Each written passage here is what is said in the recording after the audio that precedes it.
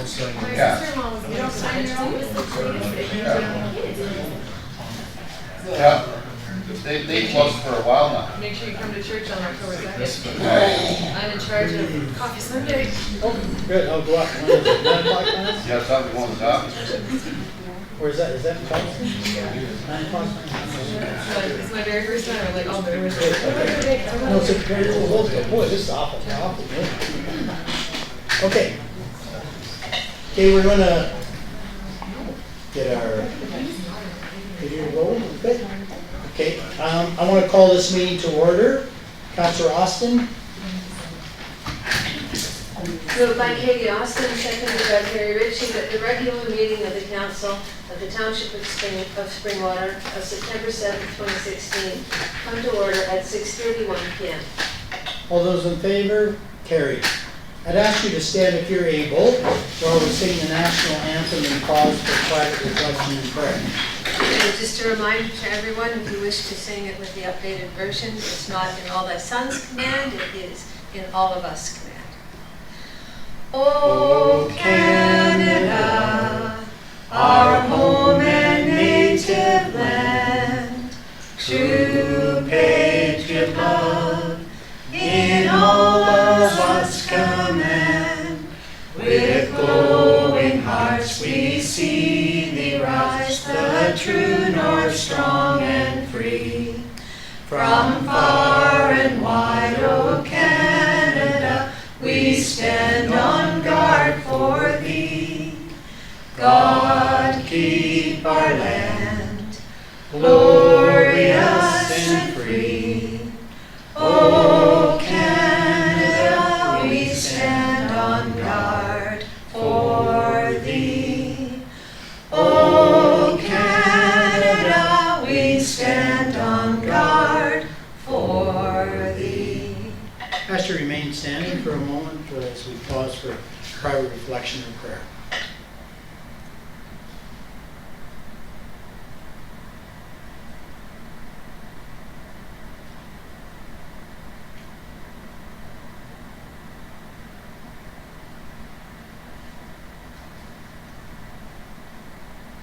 Thank you. Please be seated.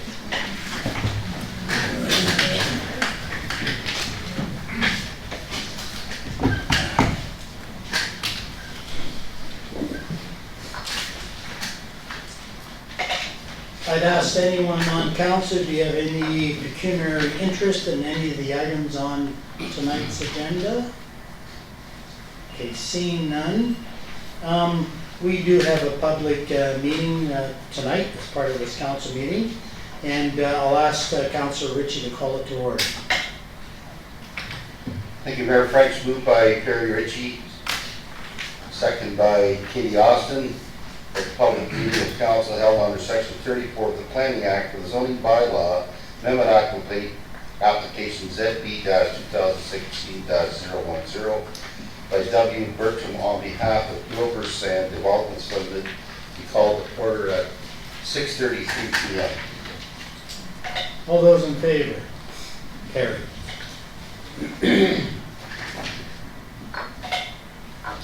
Welcome to this public meeting of Springwater Township Council held in compliance with Section 34 of the Planning Act to give the public an opportunity to express their views in regard to a proposed amendment to the Township of Springwater zoning bylaw as amended.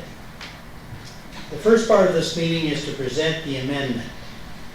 Following that, an opportunity will be given to enable those who have any comments, concerns, or inquiries with regard to this proposal to make their views known to council. In addition to any comments made at this meeting, written presentations would also be welcomed by council.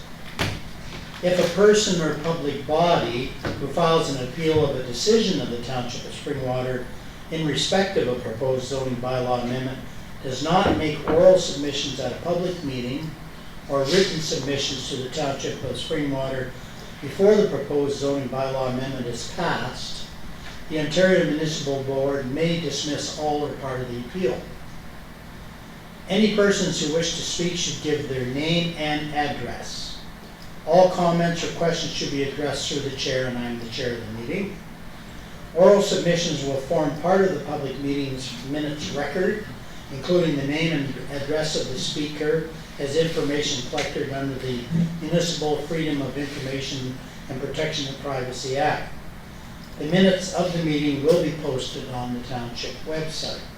And so we're dealing with Wilburson Developments Limited ZB-2016-010. And now I'll call upon the clerk to confirm notice of this meeting and the dates which notice was given. Notice of this public meeting was mailed on the 16th day of August 2016 to the owner of the subject lands and to the assessed owners of 25 properties in the township of Springwater within 120 meters of the area to which the proposed amendment would apply, and to all persons and public bodies as prescribed under the Planning Act and its regulations. Notice was also posted at the assessed property to which the proposed amendment applies at a location that was visible from Bayfield Street North and on the township's website. Has the planning department received any correspondence in response to the notice of public meeting? And I'll turn to the clerk. Nottawasaga Valley Conservation Authority having no objections. The Simcoe County District School Board stating no objections. And the Ministry of Transportation advising that they are agreeable to the rezoning of the subject lands from general industrial outside storage zone to a general industrial outside storage zone exception MOXY. Thank you. I'll now call upon Amy Knapp, a township planner, to give a brief explanation of the purpose and effect of the proposal. Thank you, Your Worship. First up, the application here is for 1238 Bayfield Street. The original notice went out with the purpose of the rezoning from the general industrial outside storage MO zone to a general commercial exception CG-XX to allow for a new retail furniture store to operate within an existing building currently on the property. In addition to that, we were talking about recognizing also the existing pool contractor business because it's not a permitted use listed under the general commercial zone. As a result of comments received, preliminary initial comments received by the Ministry of Transportation, which I'll go into further detail in a moment, we originally wanted the application to rezone to a general commercial zone. However, as a result of comments received from the MTO as well as members of the public, which we have been in touch with as well, we have since decided to backtrack a little bit in terms of not going for a full-blown general commercial zone, which would be in line with the secondary plan under the designation commercial mixed use. Because of the concerns received, we are now requesting that it continue to remain general industrial outside storage with an exception just to allow the existing furniture business to operate. Therefore, that's what you see before and afterwards under that.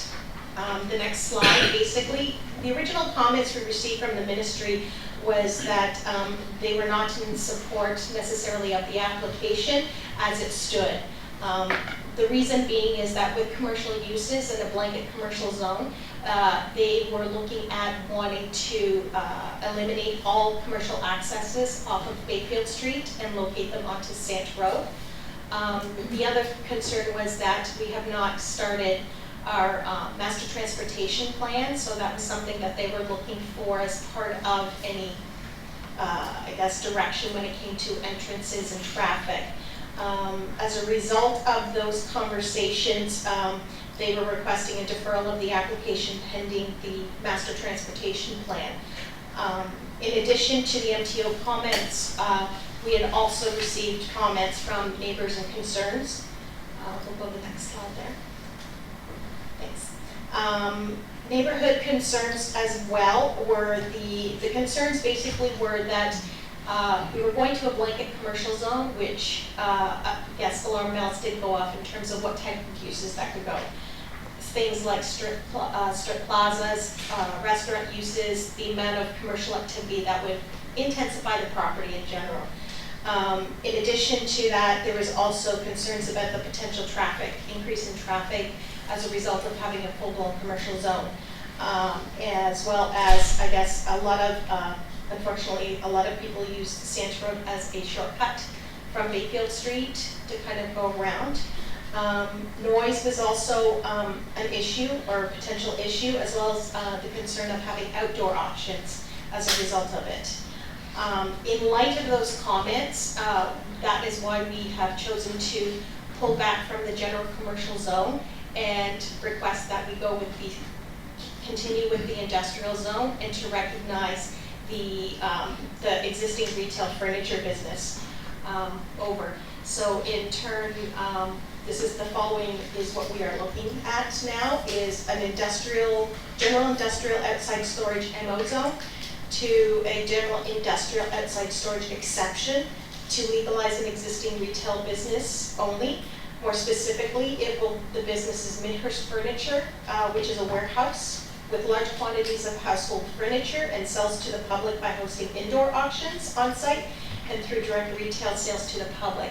As a result, the site specific that we are looking for will say that in addition to the permitted uses allowed in the general industrial MO zone, the sale of furniture to the public by retail or by indoor auctions shall also be permitted. So that's what we're proposing this evening. I'd be more than happy to answer any questions that you have. Thank you. And maybe before I kind of ask the public for any questions or concerns, is there any comment from the proponent of this? I see Mr. Bertram back there. Is there any comments you want to make before we start? I'm just a little confused about. Okay. Going Okay. from, no. Okay. Yeah. Actually, maybe to help Mr. Bertram before we go to the public. So basically, the changes we're suggesting in your amendment would allow the retail outlet that's currently there that we've been given some special exceptions to. So they'd be able to conduct business the way they want to, as you understand it. Okay, does that help, Mr. Bertram? So basically, the zoning, it's not total commercial, but until we finish our new OP, and it might be advantageous to you on the way through doing it this way, because our Ministry of Transport. But anyway, we'll get back to you. But right now, I'd like to go to the public. Is there any questions or comments or concerns that you have? Just come forward, sit at the microphone. Please give your name, address, and pose your question, and I'll certainly try and get an answer for you. So if you'd like to come forward, if there is anybody.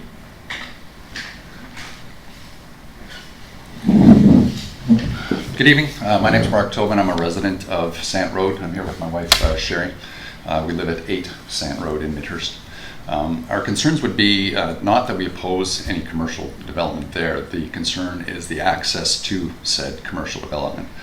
We've resided on Sant for 14 years, probably one of the few people that have been there that long. The road that we live on, as well as the subdivision that we're a part of, is going through a time of transition. So we're seeing folks, it's a 30-year-old development. We're seeing people, original residents, now coming to a point where they're moving on. Other people who have moved in or are changing for younger families. We have 3 young families on the road right now, for sure. There's other families on the road that have grandkids coming and things like that.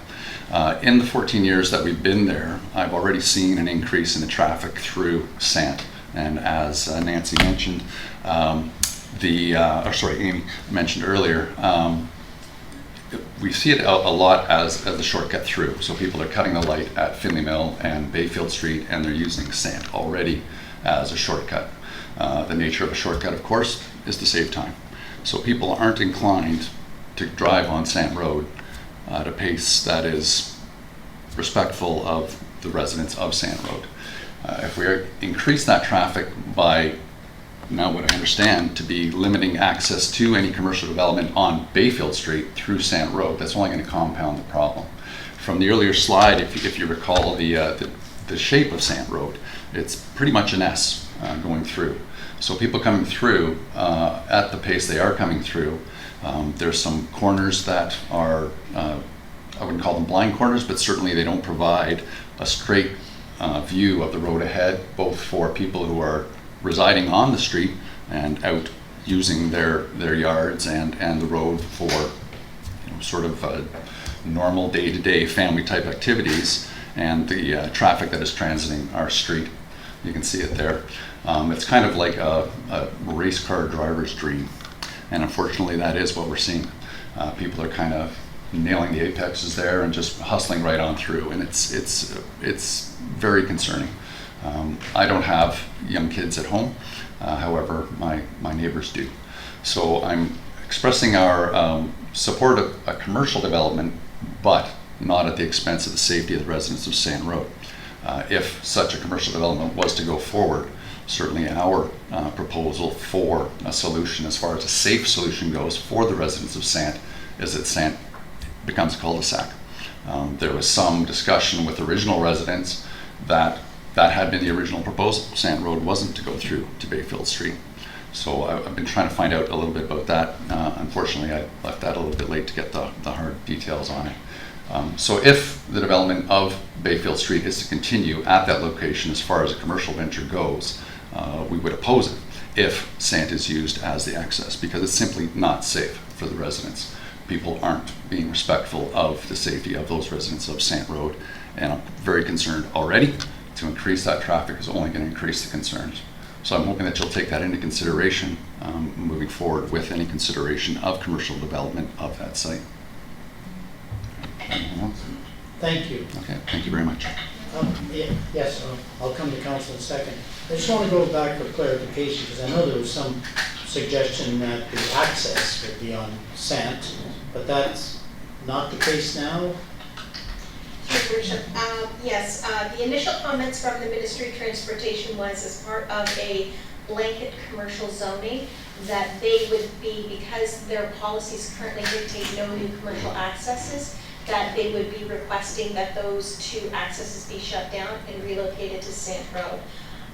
As a result of the discussions that we've had with the MTO, in light of the fact that we are looking at wanting one additional existing retail use, and given if, with the constraints of the property, it's very difficult to get a access onto Sant without going through a building at this point or near the intersection.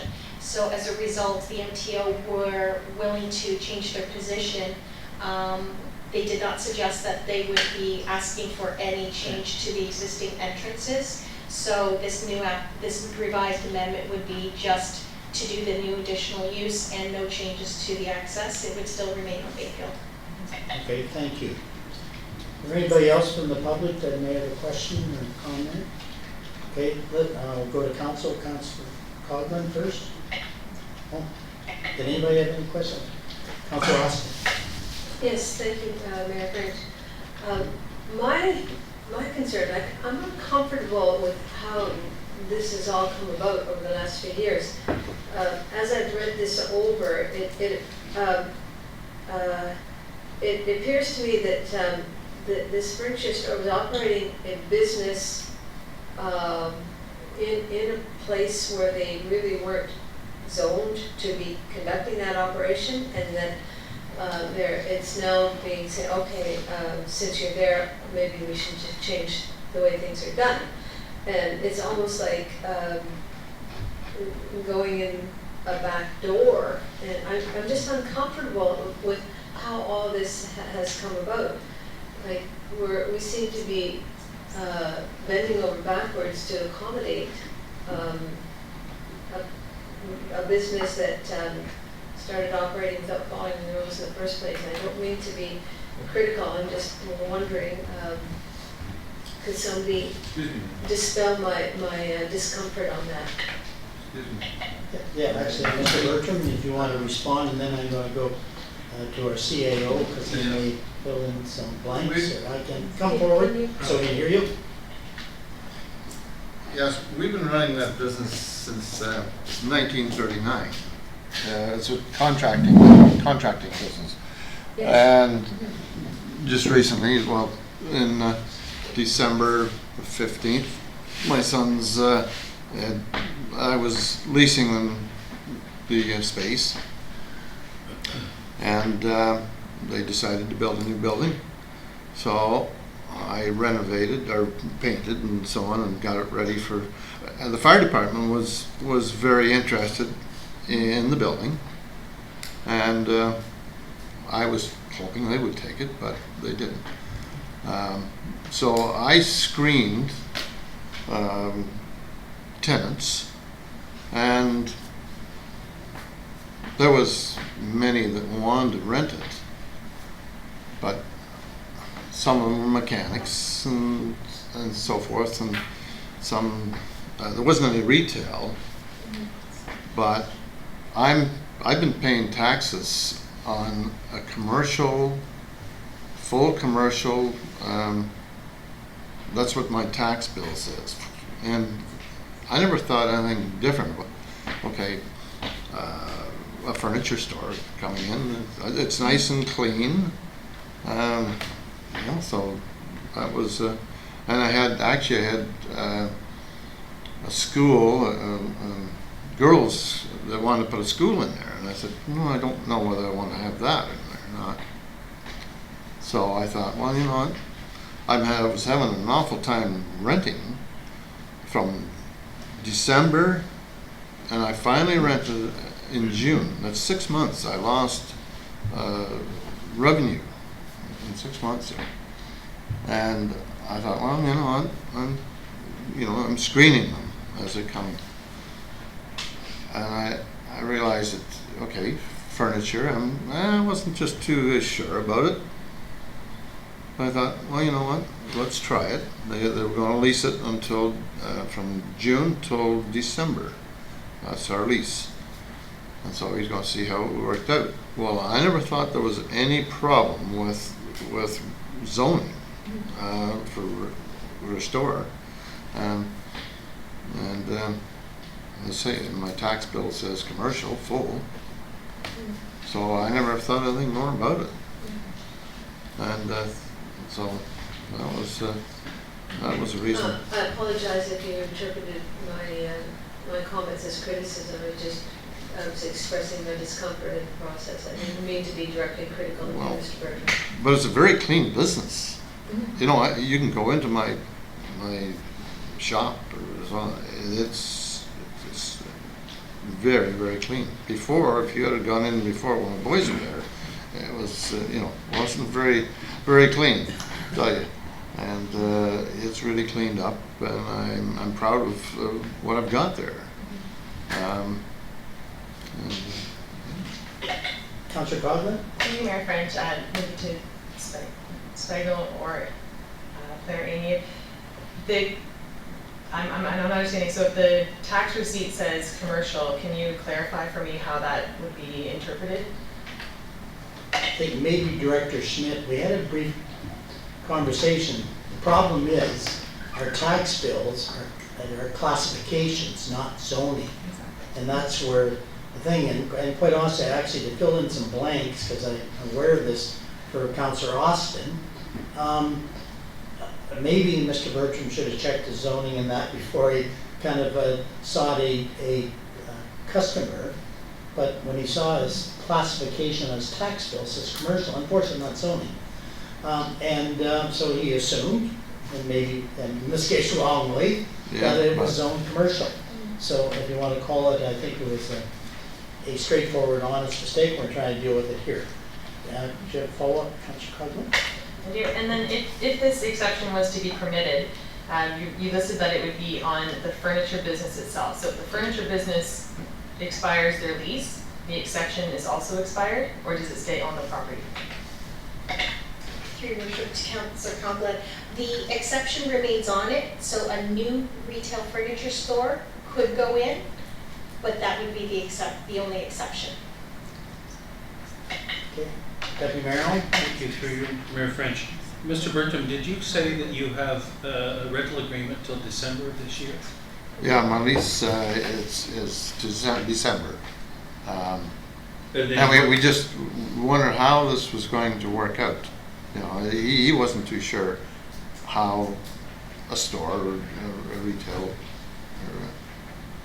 a furniture store was going to work out there. So that's what we put our lease until December.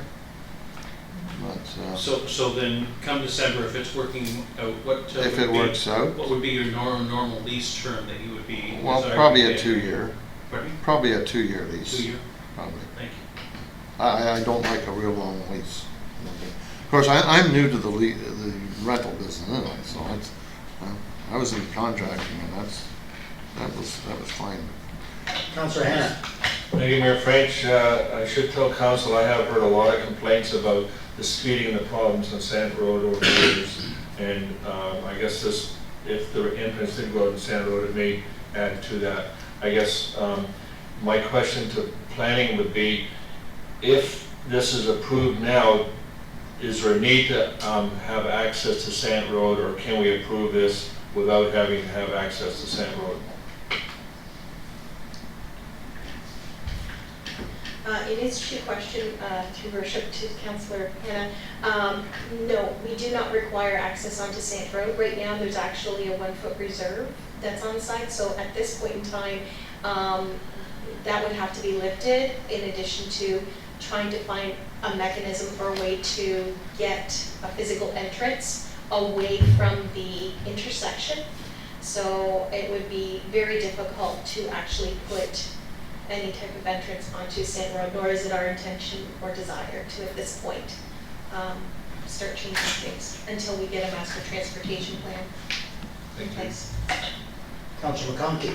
So since the zoning will remain commercial, and the exception is for retail, is the taxes still the same as commercial, or does the tax change on the retail part? Maybe Director Smith can answer that one. Through you, Mayor French, to Councilman McConkey, no, the taxes would still be based on commercial, full commercial. Any other questions? Okay, sorry, say it again. Mayor French, if it helps, we're going to have some of these challenges with these transitional pieces as Midhurst starts to develop. In this case, Mr. Bertram honestly looked at his taxes and thought it was commercial and looked for a commercial tenant. He's been actively looking for a tenant, and as you know, as he alluded to, we did look at that property, and because of the change in use, the Ministry of Transportation kicks in, and the whole entrances, everything changes for that property. So Mr. Bertram's in a bit of a pickle right now, because we don't want that business to be vacant, because right now he is paying a vacant rate. We want it to be commercial and make taxes and those kind of things. So what you're seeing here from staff's perspective is a compromise to allowing Mr. Bertram to get a tenant in there. Over the next 2 years, hopefully, we'll be doing a lot of this work around the master transportation plan. We'll look at that. Great comments from the neighbors with respect to if we're looking at making that parcel commercial, what do we do about Sant, and what do we do about limiting traffic on Sant? Looking at not just necessarily traffic calming, which council's looking at right now, but maybe looking at a solution that helps out our residents more. So, I mean, this is a very revealing meeting because it's giving us some food for thought for the future. It gets a tenant in Mr. Bertram's building, and at the end of the day, taxes are paid, and it allows this transition to occur because at the end of the day, the property is designated in our secondary plan as commercial. It's sort of what happens in the evolution of business on those corridors.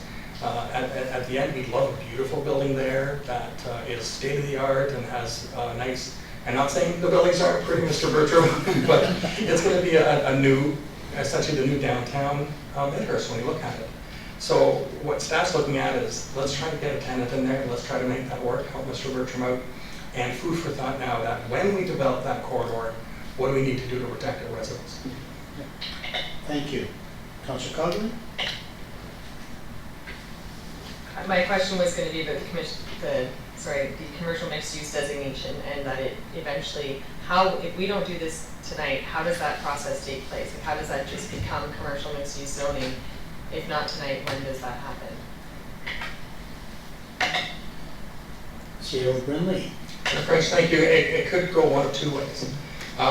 Either as we start moving through finalizing, I mean, it already has a secondary plan on it, which is commercial. Either we may in the future look at the redesign or look at the design of that corridor And we may initiate zoning on that property that might be in tune with a total design that looks not only at the traffic, but it also looks at streetscape. Because in the future, we want the council to determine what buildings are going to look like, not what businesses do, because they tend to take shortcuts in the long run. We don't want a streetscape that's full of big box, that kind of thing. We want something that's more pedestrian oriented, something that creates a sense of identity, something that actually people can walk and enjoy, and whether it's street cafes and that kind of stuff. But at the end of the day, it's going to be a point where Mr. Bertram, with that new zoning, says, hey, this property was worth X, now it's worth X plus plus. And either he chooses to invest in that property and we'll look at the entrances and we'll make those work with Ministry of Transportation, or he may choose to sell it at X plus plus plus, and someone else then buys that amongst other parcels and builds a larger thing. So this isn't something that's going to happen today. This is going to happen over the next number of years. Does that answer your question, or not? It does, thank you. And when Councillor Austin was speaking earlier, I absolutely agree with her.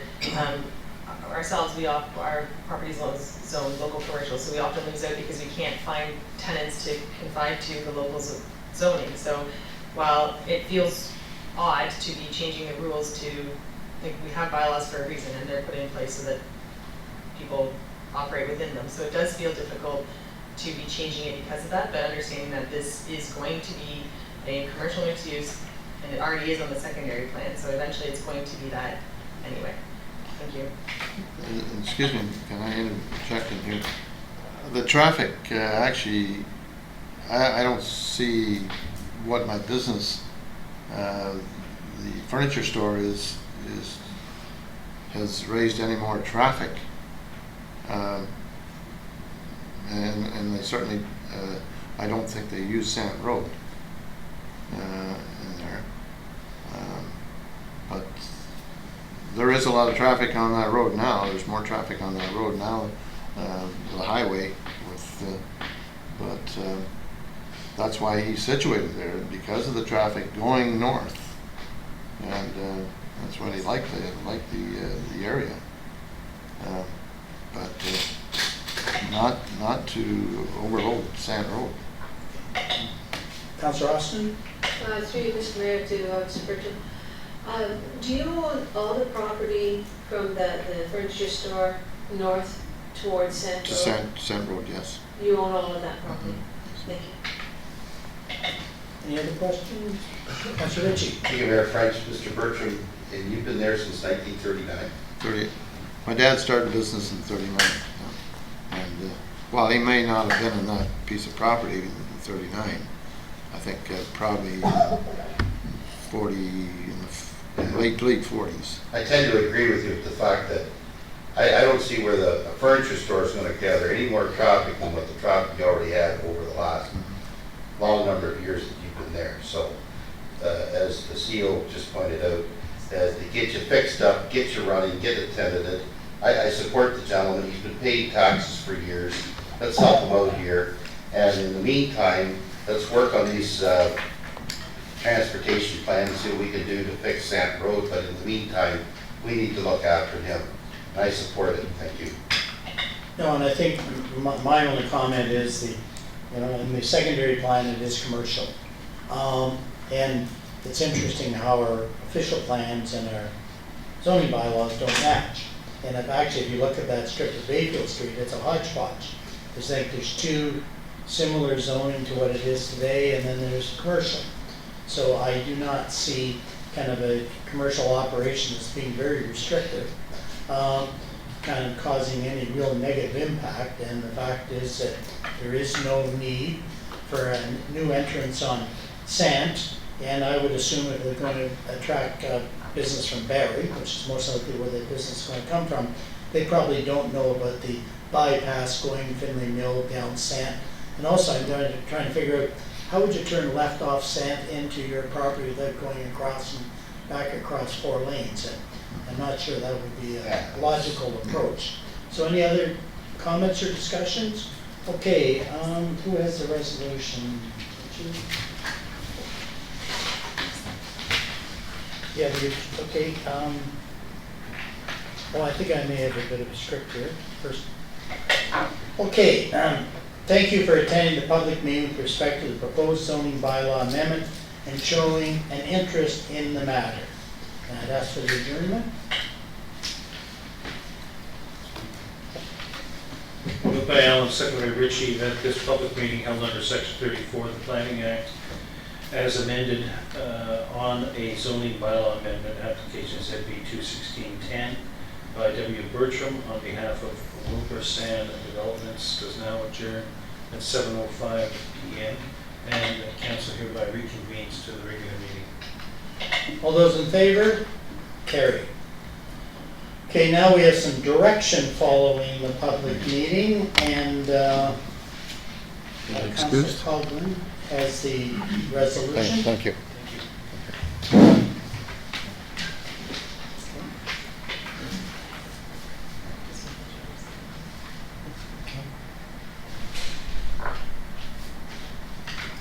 Moved by Coghlan, second by McConkey, that the council, having held a public meeting in accordance with Section 3(4) of the Planning Act, RSO 1990 P13 as amended, on a zoning bylaw amendment application ZB 2016-010 by W. Bertram on behalf of Wilburton Developments, having noted correspondence and put received, direct that the application be approved and that the appropriate documents be submitted to council for consideration.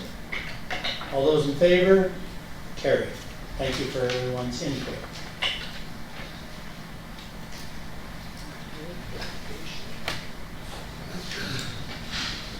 We don't have any delegation. Oh, sorry, C.O. Brennan. Sorry, Mayor French, I wonder if you could just mention that there has been a change in the layout of our agenda. Our new clerk has streamlined things, and I think it should be noted that it follows a little differently, so that those in the audience, as well as those at council understand, see that it is a little different. Okay, very good point. It seems to be very orderly. There's some adjustments here, and we are kind of trying to move from public meetings into kind of the business that rising from that meeting. And so we have a slightly different order, but it's I think it'll actually be easier to follow as we all get used to it. So anyway, thank you for noting that, C.O. Brindley. So we have a number of previous minutes here, and Councilor McConkey. Adopts in minutes.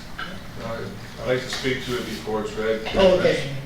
Yes, is there any minutes you would like to speak? I'm not going to speak to the content of closed session, but I just want to make an observation about something that's already in the public agenda here, that Mayor, yourself and the deputy clerk left the closed session meeting, but in, I guess it's 8.2, 8.3, and 8.4, the document states that it'll be signed by yourself and the deputy clerk. I'm suggesting if you left the meetings, you probably shouldn't be signing those minutes. I'll take direction from the clerk. Yes, we can have myself as well as the deputy mayor sign those minutes. I was just trying to save the mayor getting himself into trouble. Well, thank you, that's much appreciated. Okay, with that in mind, is there any other comments on the minutes? Okay, so adoption of minutes of council, and basically we're kind of adopting them all. Councilor McConkey. Moved by McConkey, second by Councillor Hannah, that the minutes of council items 8.2 through 8.5 be approved as presented and signed accordingly. Any other questions? All those in favor? Carried. Thank you. Yes. Councilor Ross. I'm just wondering what happened to item 6 on the agenda. We seem to have skipped it.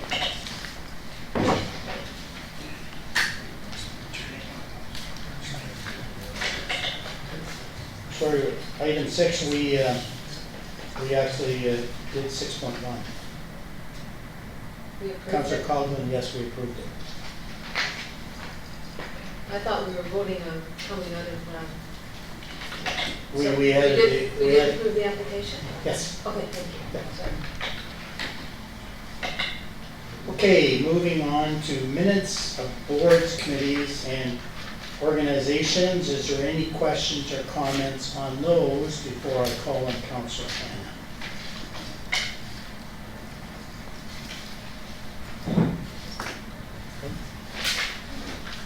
Councillor Collins?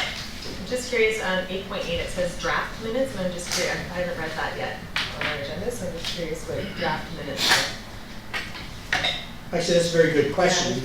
I've never seen that before, so, okay. Planner Knapp. Through your worship, as Deputy Secretary Treasurer, I can answer that. They haven't been adopted by the Committee of Adjustment, which is next week, so that's why they're marked as draft. But I do have a follow-up question from Councillor Coghlan. I don't think we've ever received draft minutes, and I'm not sure why would we receive draft minutes.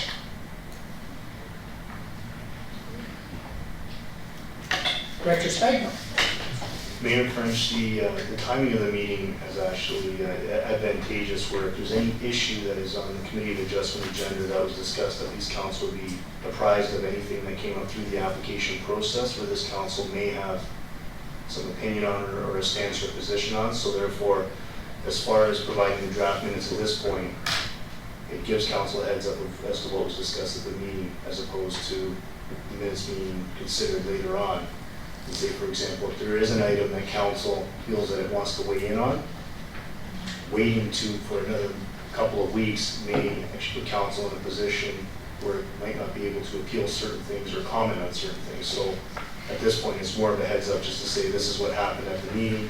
They're in draft form, and we'll provide them again once we get the signatures through the Committee of Adjustment. Okay. So I guess just follow up going forward, or do we expect to see draft minutes from the Committee of Adjustment? Mayor French, this would be a regular situation here. It's abnormal to do this, but it was only to make sure that we had those minutes on the committee agenda, or sorry, council agenda at this point. But no, it won't be a standard practice to have them in draft form. It will be standard to have them signed and on the council agenda in a timely fashion. Thank you for that clarification, Councillor Collins. So then, when we're receiving and approving this, 8.7 can be approved, but 8.8 will be received. We can't approve minutes that aren't approved by the board, right? I'll turn to the clerk. We're not actually approving them, they're just being received as information, so that's the only part of it, yes. Okay, any other questions? Councillor Hannah. Moved by Hannah, second by Conkey, that the minutes of the boards and committees and other organizations, items 8.7 through to 8.8, be received as information. All those in favor? Carried, thank you.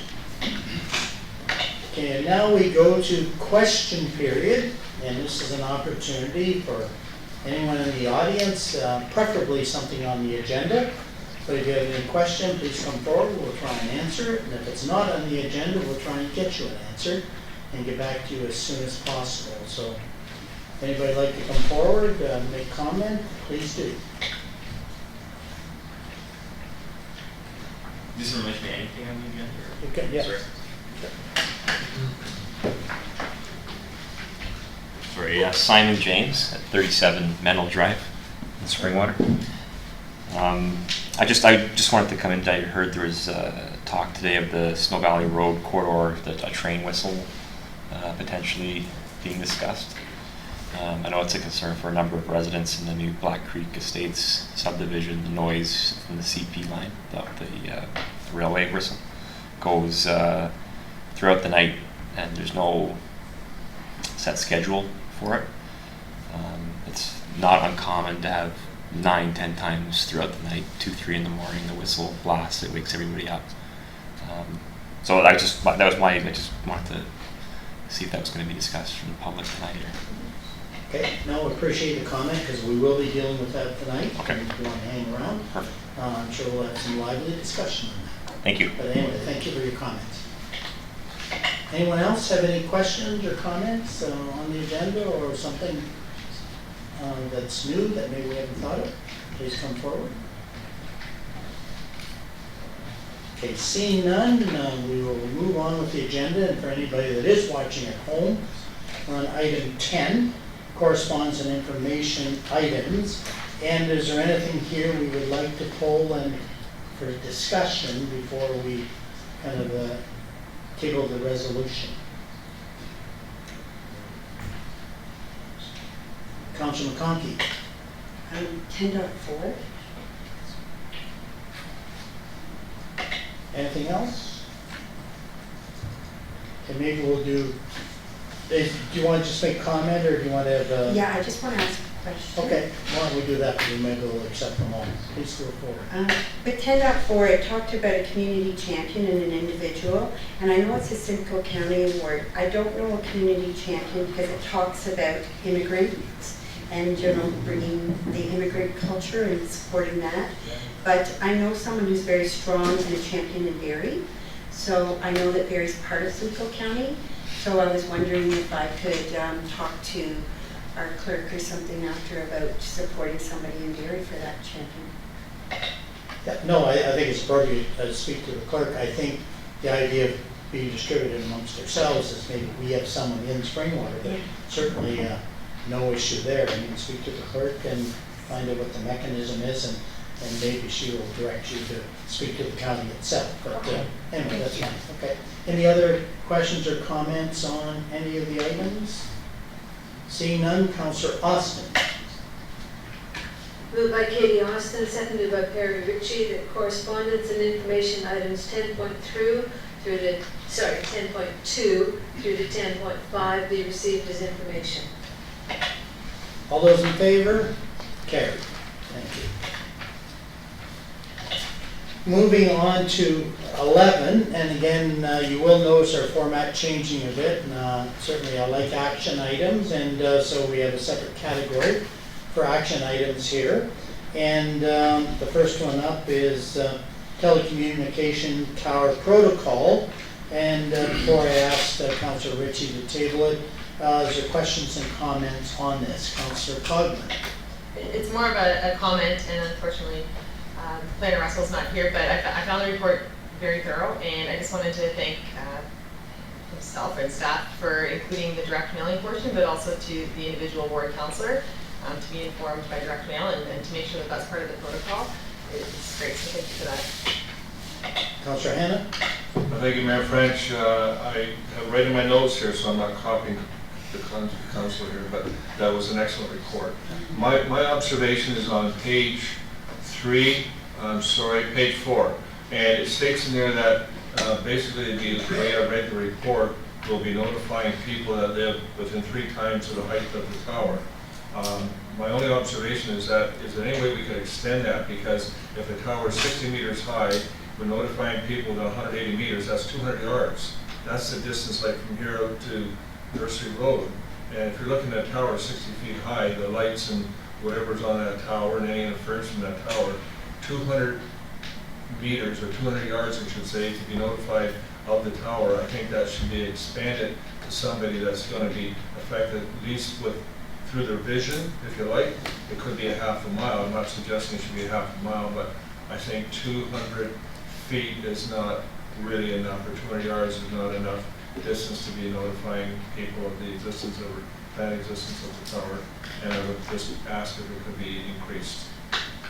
No, and following up on that comment, I did speak to Planner Russell, and it is our protocol. So we can kind of suggest numbers in this.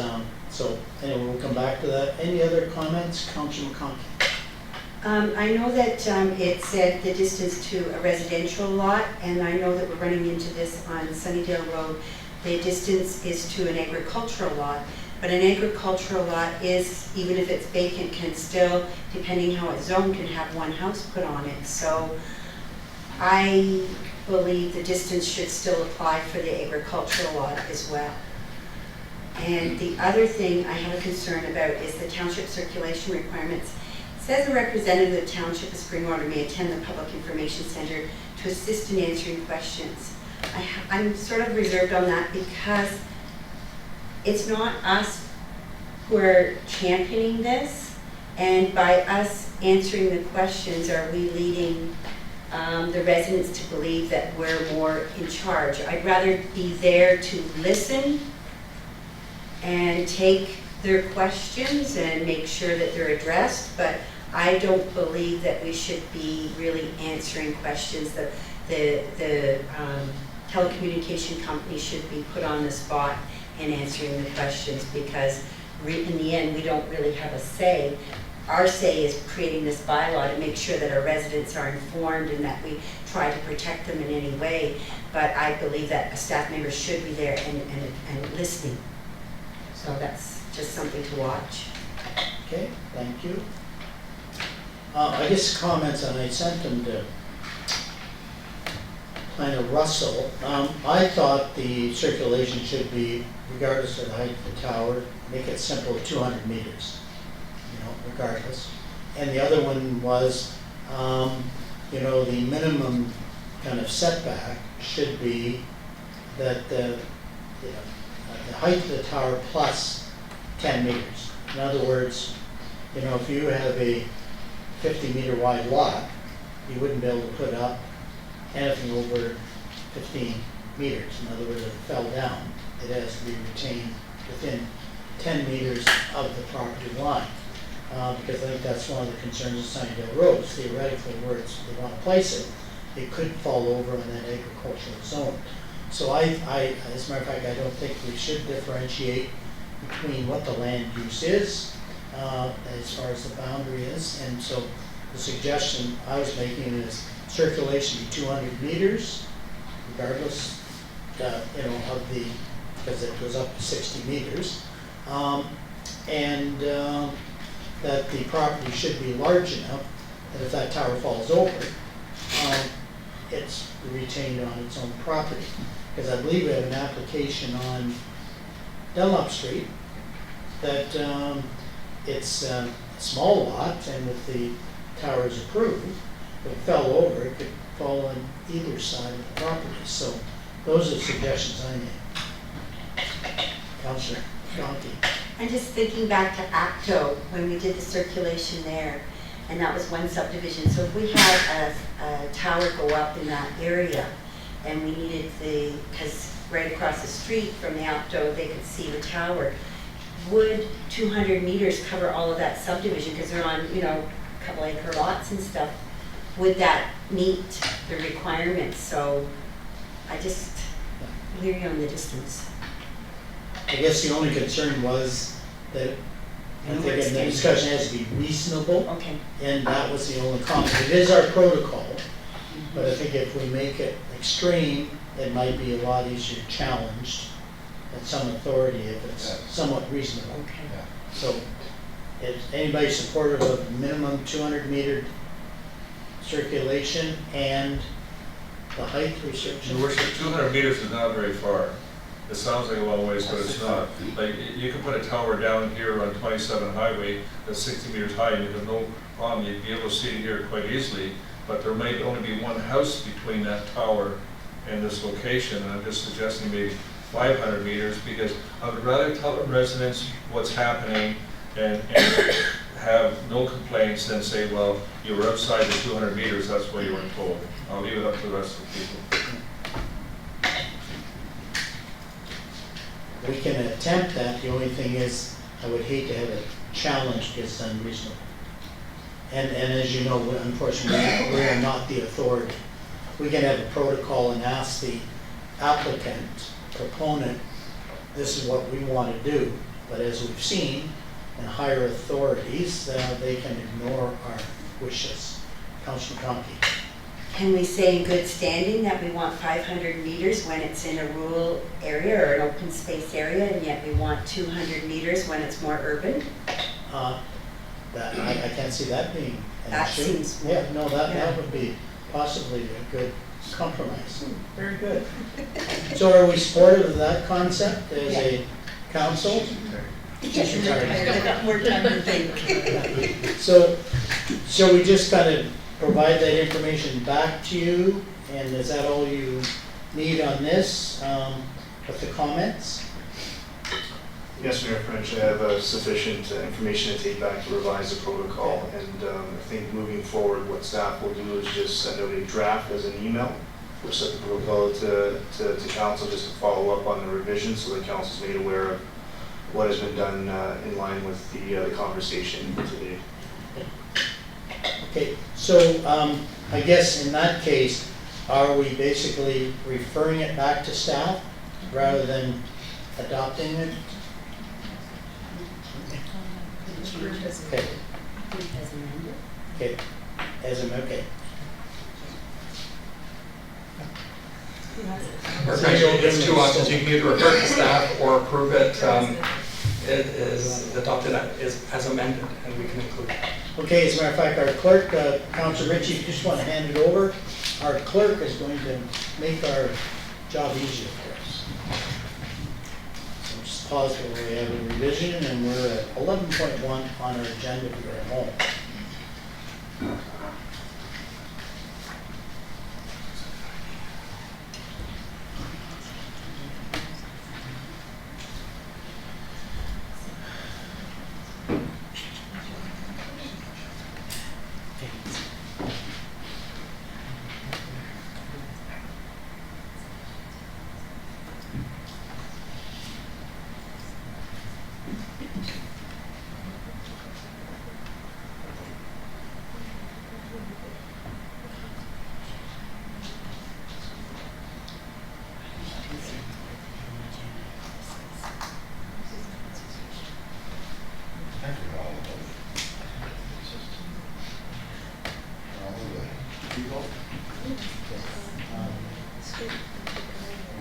Which head?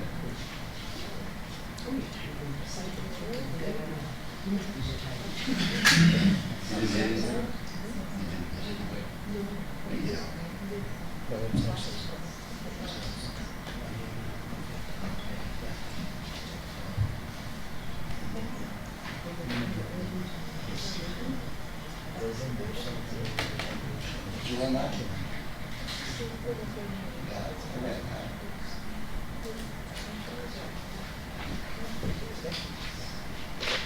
Actually, I think I'll make it easier. Moved by Ritchie and seconded by Austin, so if you want to listen to this. This is what we're saying we're going to do. Just so I want to meet your head nod when I read this. That the report from the planner regarding the telecommunications tower protocol, update 2016, dated September 7, 2016, be received, and that Schedule B of this report be hereby adopted as Township's revised policy for the municipal clearance process for telecommunication towers, and that the planning fee schedule be amended accordingly, and that Schedule B be amended to increase the notice for rural locations to 500 meters and urban locations to 200 meters. Everybody supportive of that? Okay. All those in favor? Carried. Thank you.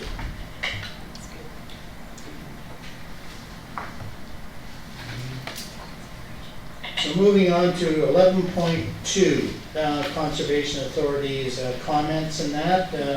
Do we have some feedback or comments before we adopt the resolution and ask staff to do some work? Councilor Coghlan. This is somewhat unrelated maybe, but reading this and reading about how they want to outreach and start communicating, I'm curious if it would be possible to have our local board either facilitate an open house here at the property for our agricultural community to explain what they can do and how they can help, or Councilor McConkie brought it to my attention that the next mayor's breakfast is maybe focused or potentially focused on the agricultural communities, maybe having the NPCA come and present there. I just think that there's a lot of grant opportunities and funding opportunities through that conservation authority that maybe our farming community is not aware of. Just to facilitate that would be great.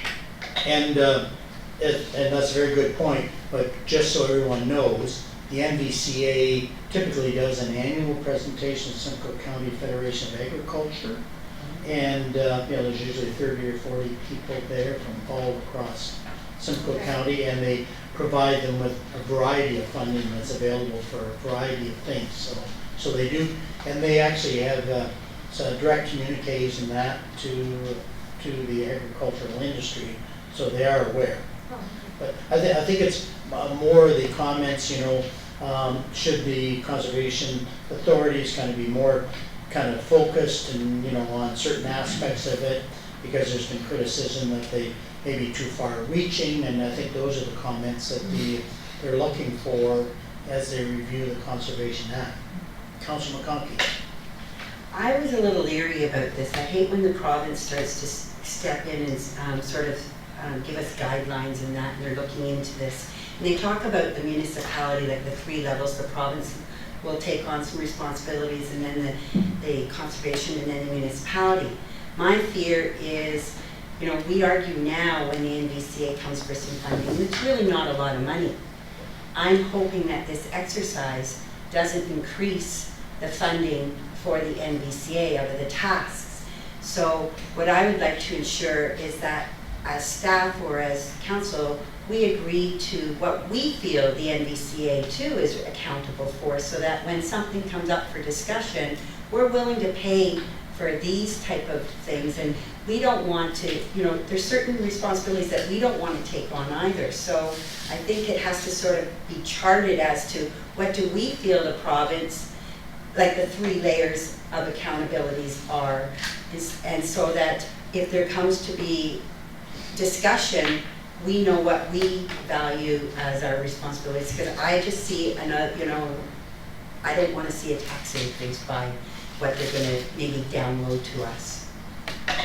Maybe I'll have C.O. Brindley, if you want to comment, just remind us that we have entered into a memorandum of understanding with NVCA and SSEA, and part of that is to avoid duplication, unnecessary expense.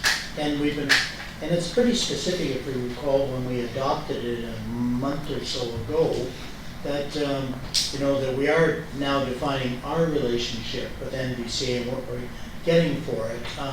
And yes, and possibly should even be narrower than that as we go down the road. But at least we have a good starting point now. If you want to maybe kind of fill in some blanks, C.O. Brindley. Mark French, thank you. Well, 2 points. One is, yes, we do have an agreement. And over the summer, during various meetings, it's now been ratified with all the other authorities. If any new, essentially, plans or jurisdictions or any new things come out of this, we would have to renegotiate the agreement. So right now, the agreement is very strict and very absolute on what they do and what we do and what, you know, and those lines are there. If there's any change that comes out of consultation, that would have to come back to this table. Yes. I'd just like to comment on this, and I'll talk about it briefly. Last year, I went to Newmarket, and I was asked to go. Mr. Culinelli was the one that asked me, and I was there. In fact, he was there. And for sitting for a full term with the NVCA, I gave them my thoughts on it. I told them how I felt the Conservation Authority had overstepped their bounds in going after farmers on everything. It seemed like everything was in a floodplain for farmers. They had to get engineering on everything. And they were just overstepping their bounds. And it's all about money with these guys too. So I think I was pretty clear last year when I was at this committee there down in Newmarket, and I wasn't the only one either as well. So I'm glad the government is doing this review. I think it's going to come back to hit the government in the head, because they're the ones that started this, and it's all about money. They cut back, and as they cut back, they started raising more fees with the municipalities. They got to get their money somewhere.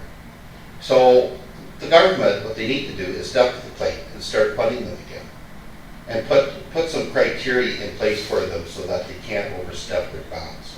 Like Councillor Coghlan mentioned about having the farmers come here. You pick up the phone and talk to a farmer about these guys, they'll be picking up a club or a gun. So I think it's gotten a little better since then.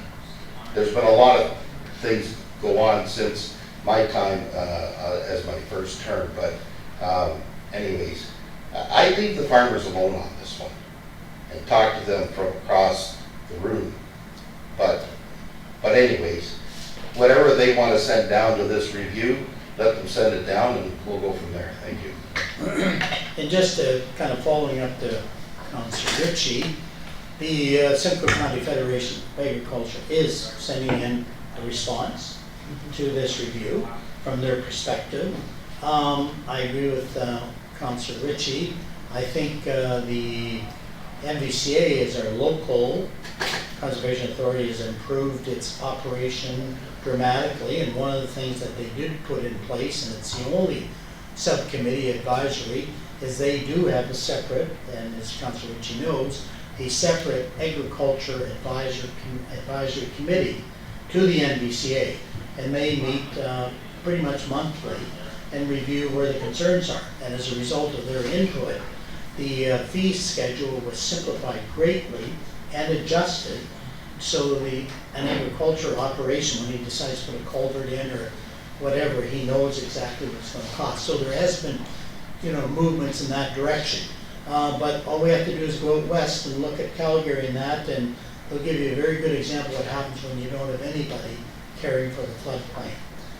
So, you better not throw the baby out with the bathwater. This is a comment. And so, yes, it's a good time to provide any input. Any other comments? Okay, seeing none, Deputy Mayor Allen. Moved by Allen, second by Ritchie, that the report from the planner regarding the Conservation Authorities Act consultation document concerning our future proposed priorities for renewal, dated September 7, 2016, be reviewed, and that staff be directed to prepare and forward township and council comments regarding the discussion paper concerning our future proposed priorities for renewal to the province on before September 9, 2016. All those in favor? Carried. Thank you.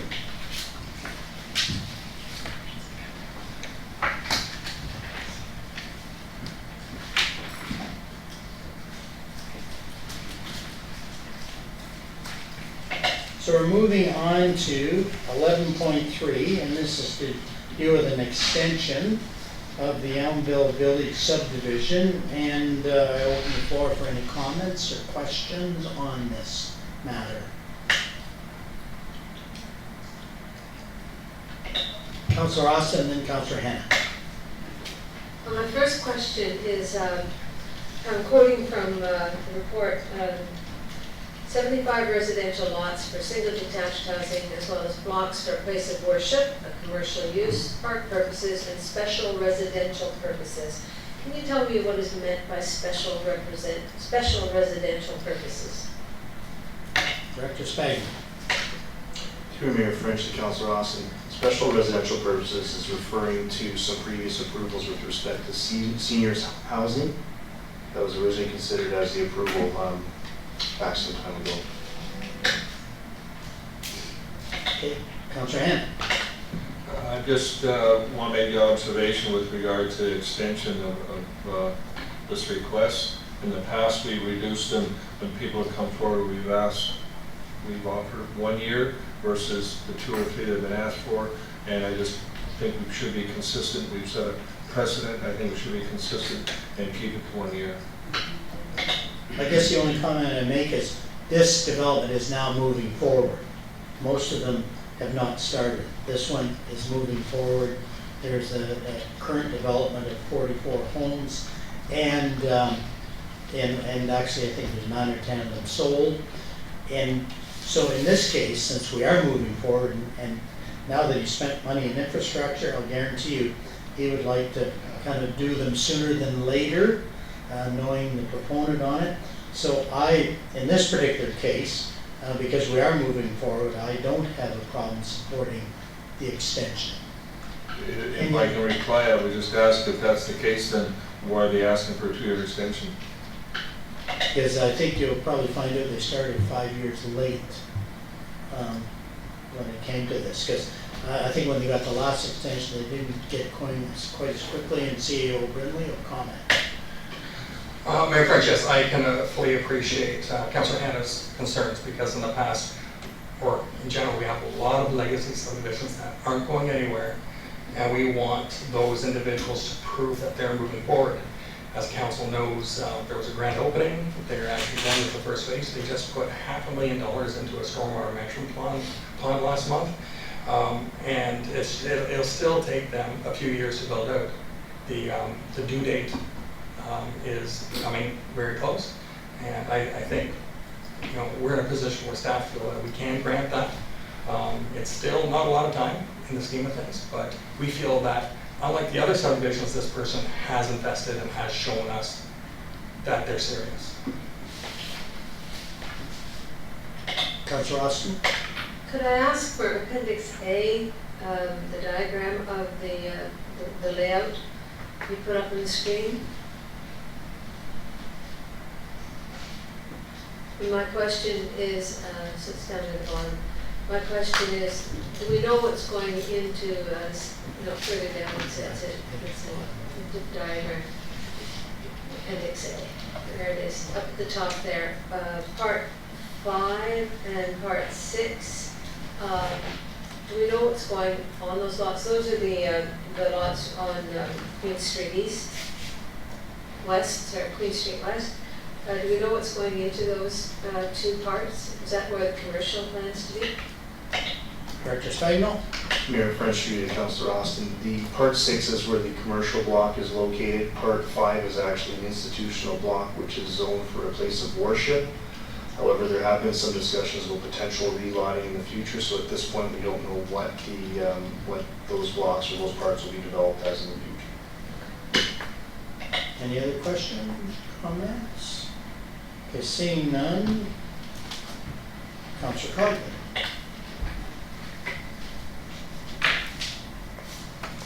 Moved by Conklin, second by McConkey, that the report from the planner regarding the county and Simcoe files. Oh, I have the wrong one. No, sorry. SU 2005-001, Elmville Village subdivision request for an extension of draft approval will be received, and that council does not object to the extension of draft grant approval for phase 1, and that the county and Simcoe be notified. All those in favor? Carried. Now we'll move on to 11.4, and is there any questions on this application?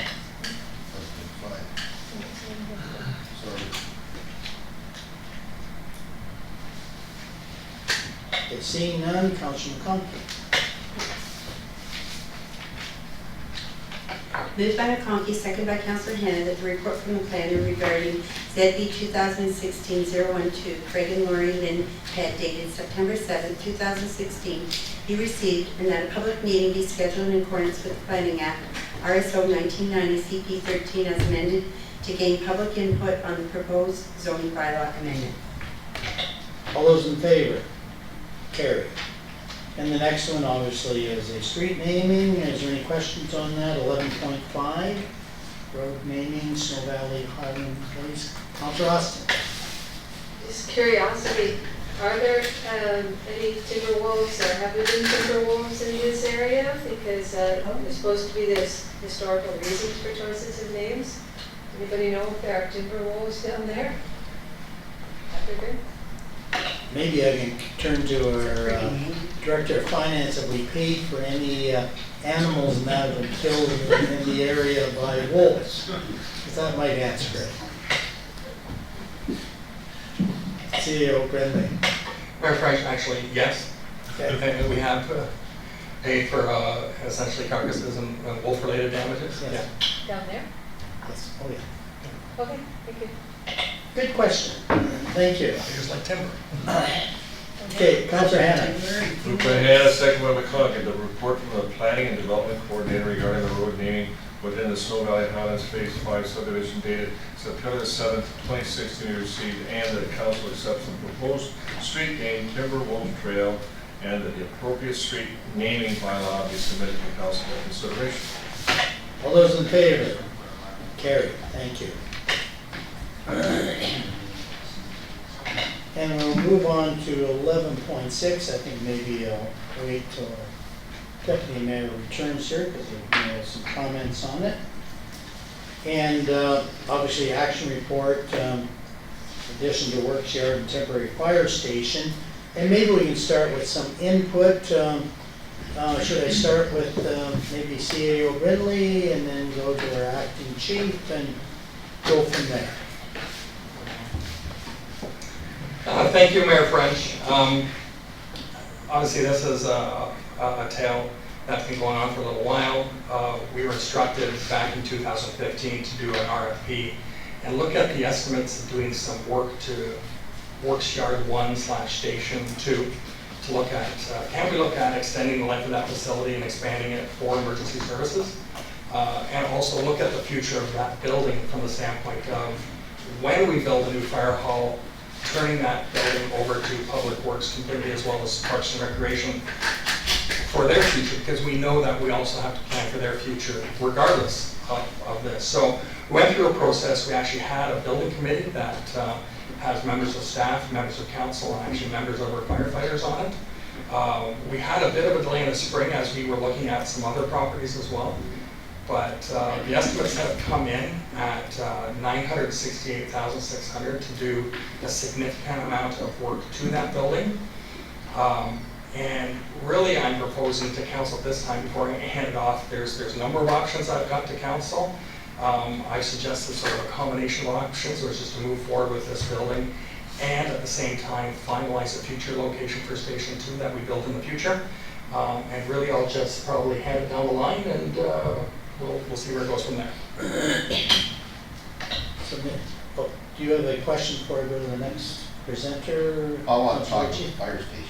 Okay, well, we're gonna maybe Acting Chief Schul comment, and then maybe Director Belcourt, and then you'll have a big picture. So I'll go to Acting Chief Schul first. Sure.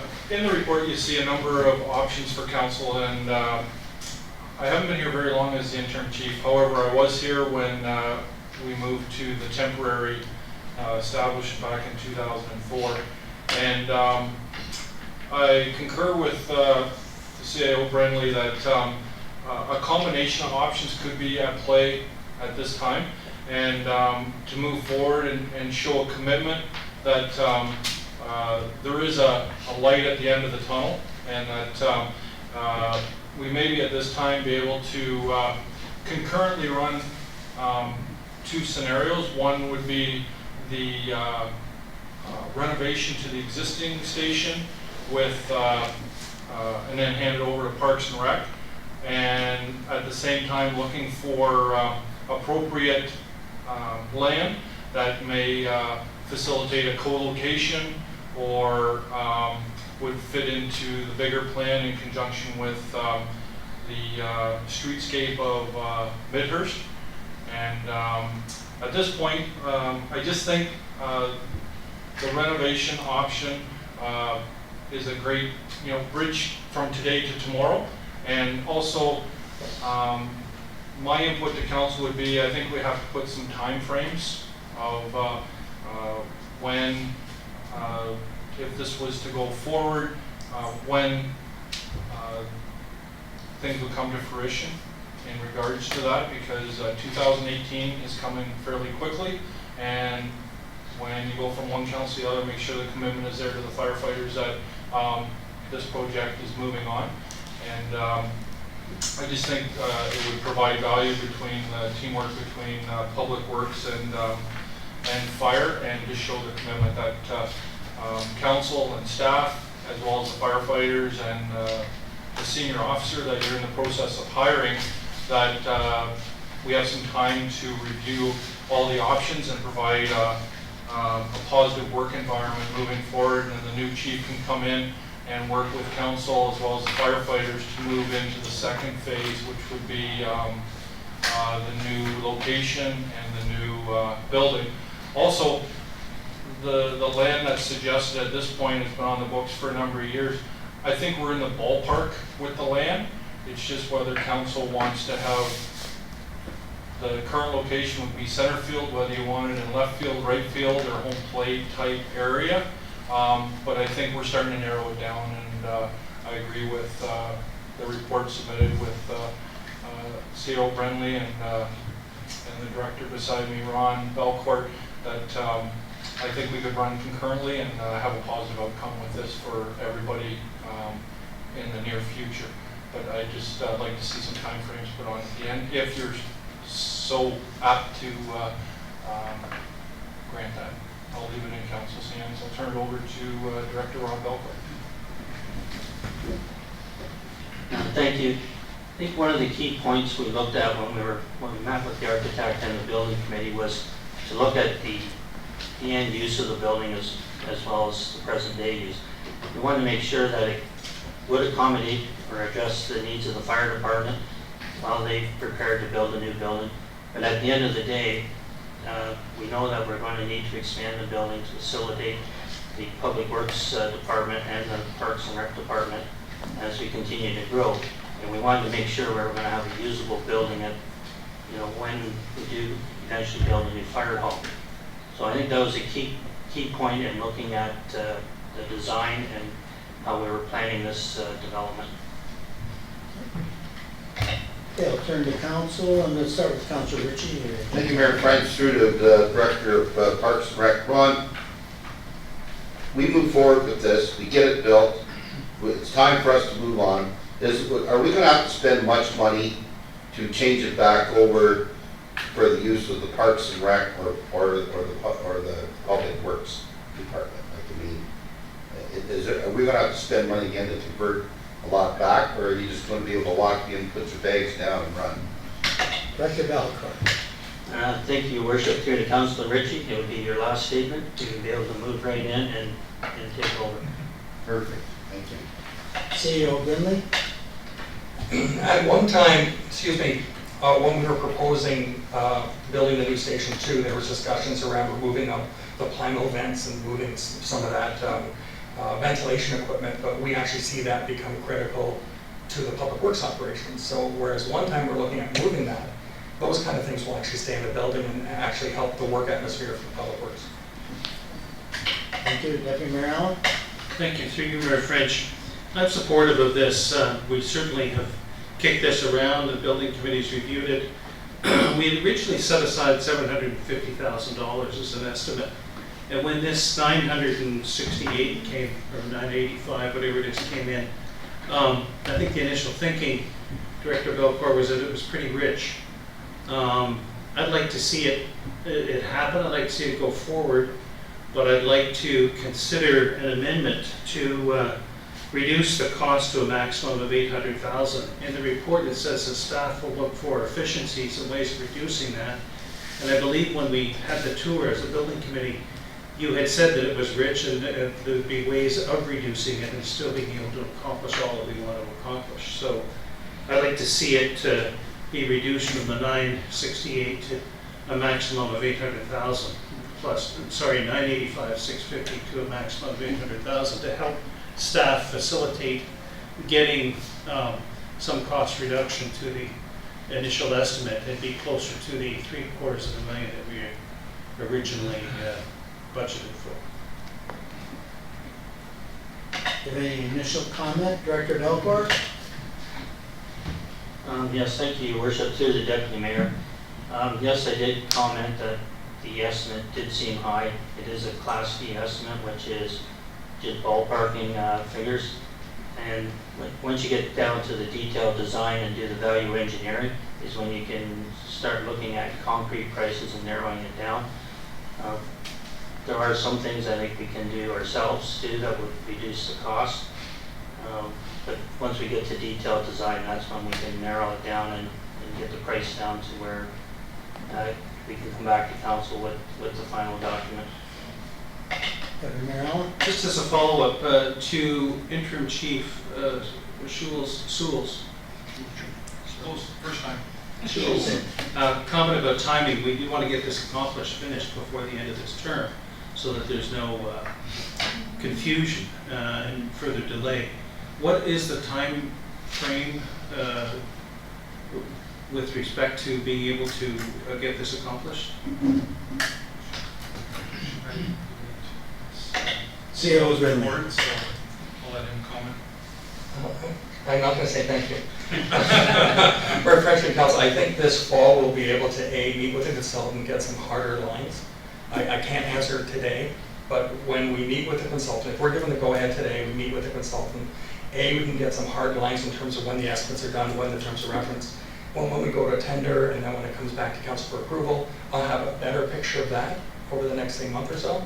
And at the same time, if it's direction as well to look at properties, the second resolution I'm suggesting, that as well I'll probably have some better ideas of as we get into October and November. So unfortunately, I can't answer that today, but I can in the next month or so. Questions? Councillor Hannah? Thank you, Mayor French. And I have to thank staff for over the years of all the work they've done to try to bring this to fruition. But I'm a big supporter. We need a new fire hall. And please make sure the record clerk shows that I support that we need a new fire hall. I have concerns, though, about this option. And the reason I have concerns is that I believe that we're putting money into some of the assets into this building that we wouldn't be doing if we were simply renovating for Parks and Rec. We wouldn't be putting in my view, we wouldn't be putting in washrooms, showers, another lunchroom, and so on. We would just build the facility that would be required for the business that would take place. With that in mind, I suggested the last time we had this conversation that we immediately try to obtain some land on Bayfield Street where the coexistence is hopefully would take place, and we build a new fire hall there now. And then when the paramedics are available and probably the OPP and they want to come forward and join us, we build it in a fashion that can happen. The reason I'm suggesting is because I think it would be more efficient use of tax dollars. I have concerns about the DCs. We're using DCs to build this renovation, and I've been told that because we're using some of the DCs to build this renovation, but when we move out, we'll get those DCs back. I'm not sure how the mechanics work, and the Works Department DCs will go for paying this renovation if we were to go forward. However, if Parks and Rec are going to use it, are we going to get Parks and Rec DCs as well to help pay this renovation? Those are sort of questions I need answers to, but I guess my option is that, yes, we need to build a fire hall, we need to do it soon. I would rather see us build it on Bayfield Street area as soon as possible, and then do whatever we have to do for the Works Department as development grows, and we can save money by not adding the washrooms and showers and new lunchrooms and so on. I think that would be the better way to do it, and I'm not sure whether everybody here would agree, and I'm not trying to jeopardize the time frame that we've been asked for, because we need to make a commitment. But I think if we can defer this just long enough to see if there is property available that we could obtain sooner than later, before we make a final decision on this, I think that would be a more responsible view from my position anyway. Thank you. Councillor Coghlan? I would like to see option one taken off the table altogether. I don't think that it's viable for us without an end plan. If this council is not going to support the current identified location, then I agree with Councillor Hannah that we need to find a location, and we need to find it now. If we put a Band-Aid on this solution as a solution with no end game, we have gotten no further ahead. It's again sending a message to our firefighters that we're just going to throw $1 million Band-Aid on a situation, which we've been doing. I will not support the renovation of that building, but I would support to direct staff to review potential location if this council will not move forward on number 3. We need to solve the location issue right now. I don't by putting $1 million or $900,000 or $800,000 into this building today, which doesn't need to be done today, is not solving this problem. Councillor McConkey. Well, my blood pressure was about this high around lunchtime.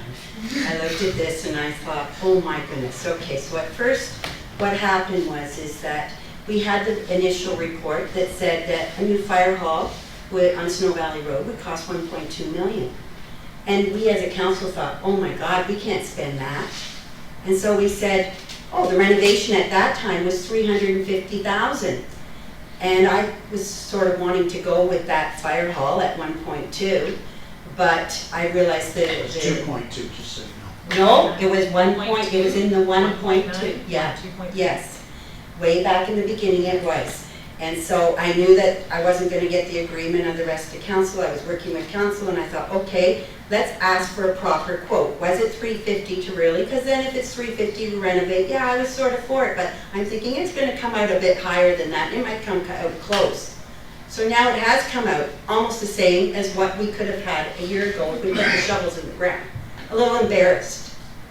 And so now we've got this happening, and I thought the same as Councillor Hannan, Councillor Coghlan, I cannot spend taxpayers' money to do something that's interim solution, and I want to do a commitment that to the firefighters, I want to start to show them, yes, I want to move forward and get a building. But now I'm listening to the conversation and I see that staff supports this. But I also heard this evening that we only have 500,000 in our DCs for fire. I see that recreation has this big complex that they want, and so I'm thinking, oh, they must have lots of money. So this is a great idea if recreation and public works pay for it, because they're going to be the final user of it. So they should put the costs up in the beginning. And how much is fire really adding to that building that, like, okay, so Councillor Hannan made a point. Is it fire that's making the building cost more, and what would the approximate cost be, and the difference? That's sort of where I'm heading. And then also what I'm thinking is if I did say yes to this, I would want more from Public Works and Recreation to pay, because it's going to be their end building, and maybe fire could do a rental while they're using it until we get the other building going, because that's another option. I know it's not on the table tonight, but I'm trying to say how can we move forward. But I do agree, it's waste of money of using fire DCs. Right now, we don't have that money. So it's like we're taking a borrow to do this interim thing. So if I would prefer then to put the stake in the ground and say, let's find the location. If we can't find the location, let's do a date that we cut off on the date. And then if we don't have that location, we go back to our original location and we go. We got to get going on this. But if Public Works and Recreation can fund it, I have no problem. So I'd like to ask if there's any other type of funding opportunities that we could do and take the burden off of fire. Director Schmidt, would you like to comment on the financial aspects of what's been put forward? Thank you, Mr. Mayor. To Councilor McConaughey and members of council.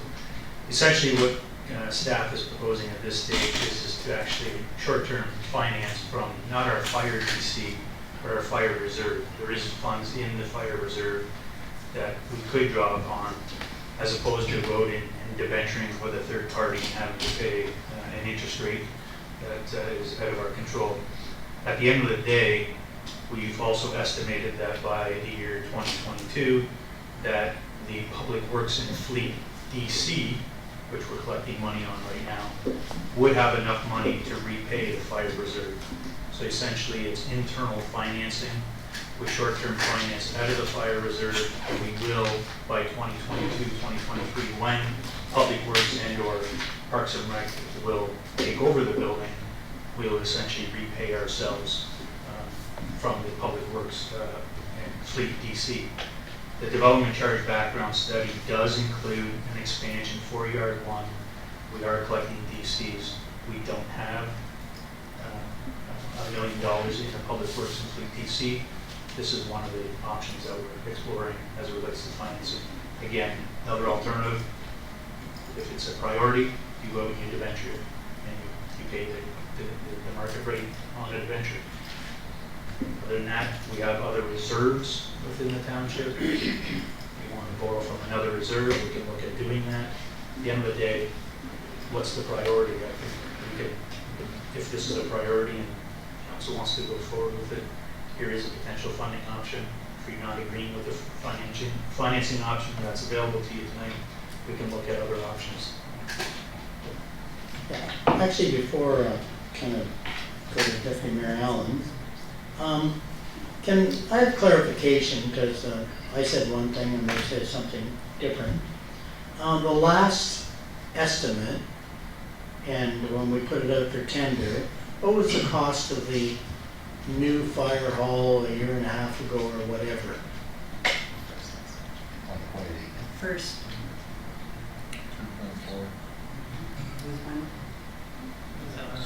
The last one, the only one I've seen is the last one, CEO Vinley. Mayor French, I'll try to provide some clarity. The number that Councilor McConkey is speaking of, yes, an earlier budget did refer to a 1.2. When we actually looked at tendering the project, it became clear it was more of a 2 million. Now, whether that lied at 1.9 or 2.2, depending on who pays what GST and things like that, it's in that ballpark. The figure, though, that was to pertain to an addition on this building actually dates back a number of other years, back farther, where it was just simply adding 2 more bays and that's it. And that estimate, Ron, if I'm correct, was 250, somewhere in there, which we got up as times 3. Plus 3 plus. But that was a number of years ago, not as part of that 1.2 or 2.2. So just provide, but Councilor McConkey is right. Originally, when we started this exercise of building the new station, the original number budgeted that we thought was in that ballpark was the 1.2. And that was with the previous council. But then when we actually started going through the process, we became a lot wiser. We never had a quote on it for 1.2. That was our estimate at the time, but it took us a long time to go out for tender, and I think it was 2.1 or 2.2. So we're both right. Okay. Any questions? Councilor Hanna.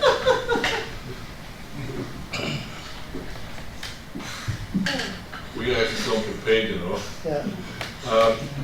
I just hope that some way we can all come together, and staff and council and fire all work together and come up with something that, I guess my concern is that if we go ahead and we build this thing and we go in here, the fire service could be stuck in here for another 5-10 years. I would like to see us have a quality fire station and a location where we can marry up with the paramedics, and that was one of the reasons why we put off building the fire hall at the time when this council took over, because we had a commitment in my mind anyway to join up with the paramedics, and I would like to see us pursue that, and that should be our priority. However, I don't want to keep putting things off and nothing happening, so possibly if we could come up with a commitment that if we don't get a piece of property on Bayfield Street and get a new fire hall built within 6 months, we'll go and do this renovation thing at the old Works Department yard, and the fire service may be stuck in there for another 5 or 10 years. And I guess I'm just trying to be honest here. I would like to see us get something quality, but if it doesn't happen, then we'll have to come up and probably go with the Works Department. Deputy Mayor Allen. Thank you, through you, Mayor French. Well, as council knows, we've discussed, we have been looking for a property. No. I have Please.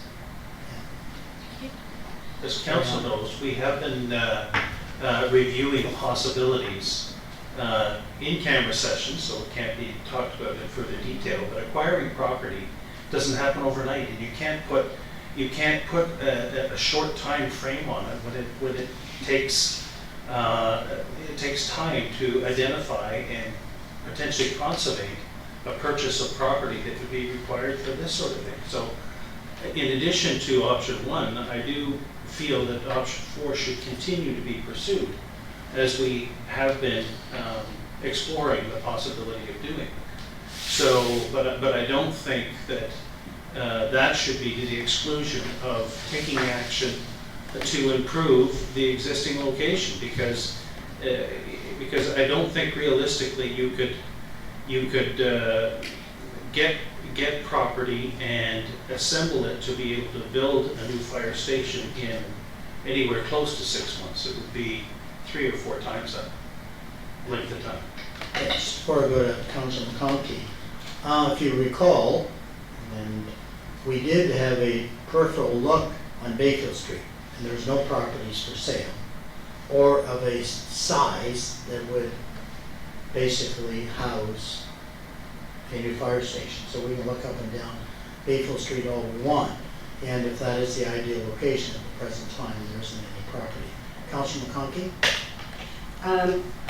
Well, I guess then I'm looking at, I go back to the question, if we do use the reserves to start to fund this, how much would that leave in our reserves after in the fire reserve?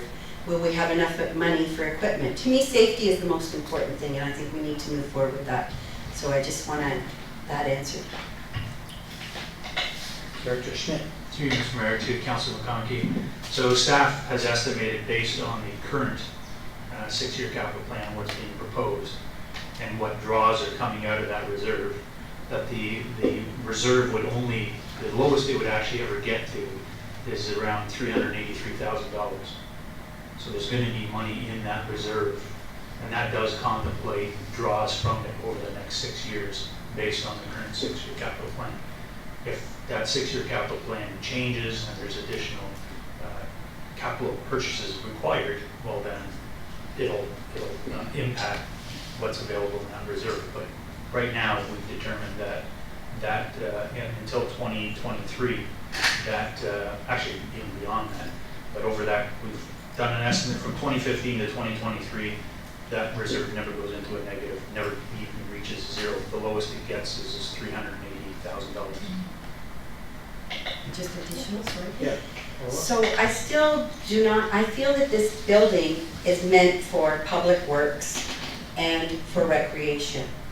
So why don't they be nice and build something and allow our fire people to go there and let us carry on, use their money, and the fire people, they've been there for a long time in a temporary building. They deserve a break.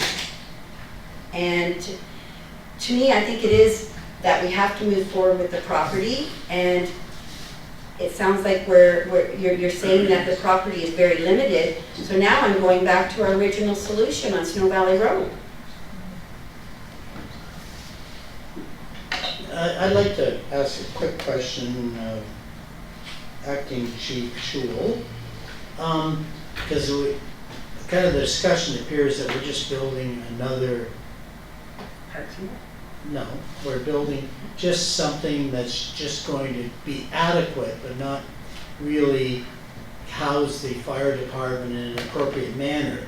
So in your professional opinion, this expansion, would it be a reasonable working environment, assuming the rest of the Public Works building wasn't there? Would it be a reasonable working environment for the fire department? Speaking from my current position, with the fire hall that I manage at this point, no. Okay. Councilor Calvin. Further to Fire Chief Schul's comments about the baseball diamond, I like analogies. We have a location in the ballpark that we're looking for. I think this council should sit down on a map, draw the radius. If there's no properties available, we look inside that radius. If it's not there, it doesn't take a long time to look. If we don't have a commitment, we put a shovel in the ground in the property that we own right now. Like, this means that there's no need for this interim $900,000. It doesn't need, that renovation does not need to happen right now. That money needs to be spent on getting us to where we need to go, not $1 million Band-Aid. And again, with the commitment, as you asked for the commitment on dates and times, our fire department has had so many commitments from so many councils in the last 15 years that if we throw more dates and numbers at them, I'm not really sure what it's going to mean to them. They had a commitment from previous councils, and I think this council is moving in the right direction. We want to give them the home. There's not a person sitting at this table here tonight that does not want to give our fire services exactly what they need today. This is a massive undertaking. We want to make sure that it is exactly where we want it to be. So I think that this council needs to sit down and determine whatever that radius is, whatever that circle is on the map, outline the entire ball field, and if we can't find a better piece of property, we put it in the one that's been chosen for us by consultants. Councilor McConkey. Last comment. I think I agree with Councillor Coghlan, because I've come to the decision that I do not want to spend fire money on a makeshift solution when the solution is really driven for public works and recreation. So I don't want to use their money for that. So if we can look at that separately. This is a fire issue. They need a new fire station. We got to get a location. We got to get moving. We got to get it started, because the price is just going to keep going up. I'll take final comments. Deputy Mayor Allen. Thank you, Mayor Finch. Director Schmidt, correct me if I'm wrong. My understanding is that if we went ahead with the fire station now, that we would be using reserve monies that were earmarked for capital equipment, fire purchases, trucks and so on, because we don't have enough reserve set aside for a fire building. So if we did go ahead with building a fire hall now, we would have to use that money. And to finance fire trucks and fire equipment that was needed until that was fully replenished, we would have to look to other internal borrowing from the township to acquire those assets. Is that correct? Director Schmidt? Through you, Mr. Mayor, to Deputy Brown. That's correct. Essentially, when we had looked at the original proposal for the new construction of a station, we didn't have money in the DCs, in the fire DC. And so at the time, the proposal was that we would simply, similar to what we're proposing here, is to borrow from our fire reserve. But I believe at the time, we didn't also have enough in our fire reserve to cover the full cost of that new construction. So we would also have a small remainder that we would have to internal finance. So this is obviously essentially half of the cost of the new construction, if you will. And so there is money still remaining in this reserve because of simply the cost is less. You know, if you wanted to go out with a new fire station, we could draw from this reserve. Again, to your point though, it does handcuff us, if you will, as it relates to future capital purchases for fire, just because of the sheer amount that the new construction will cost.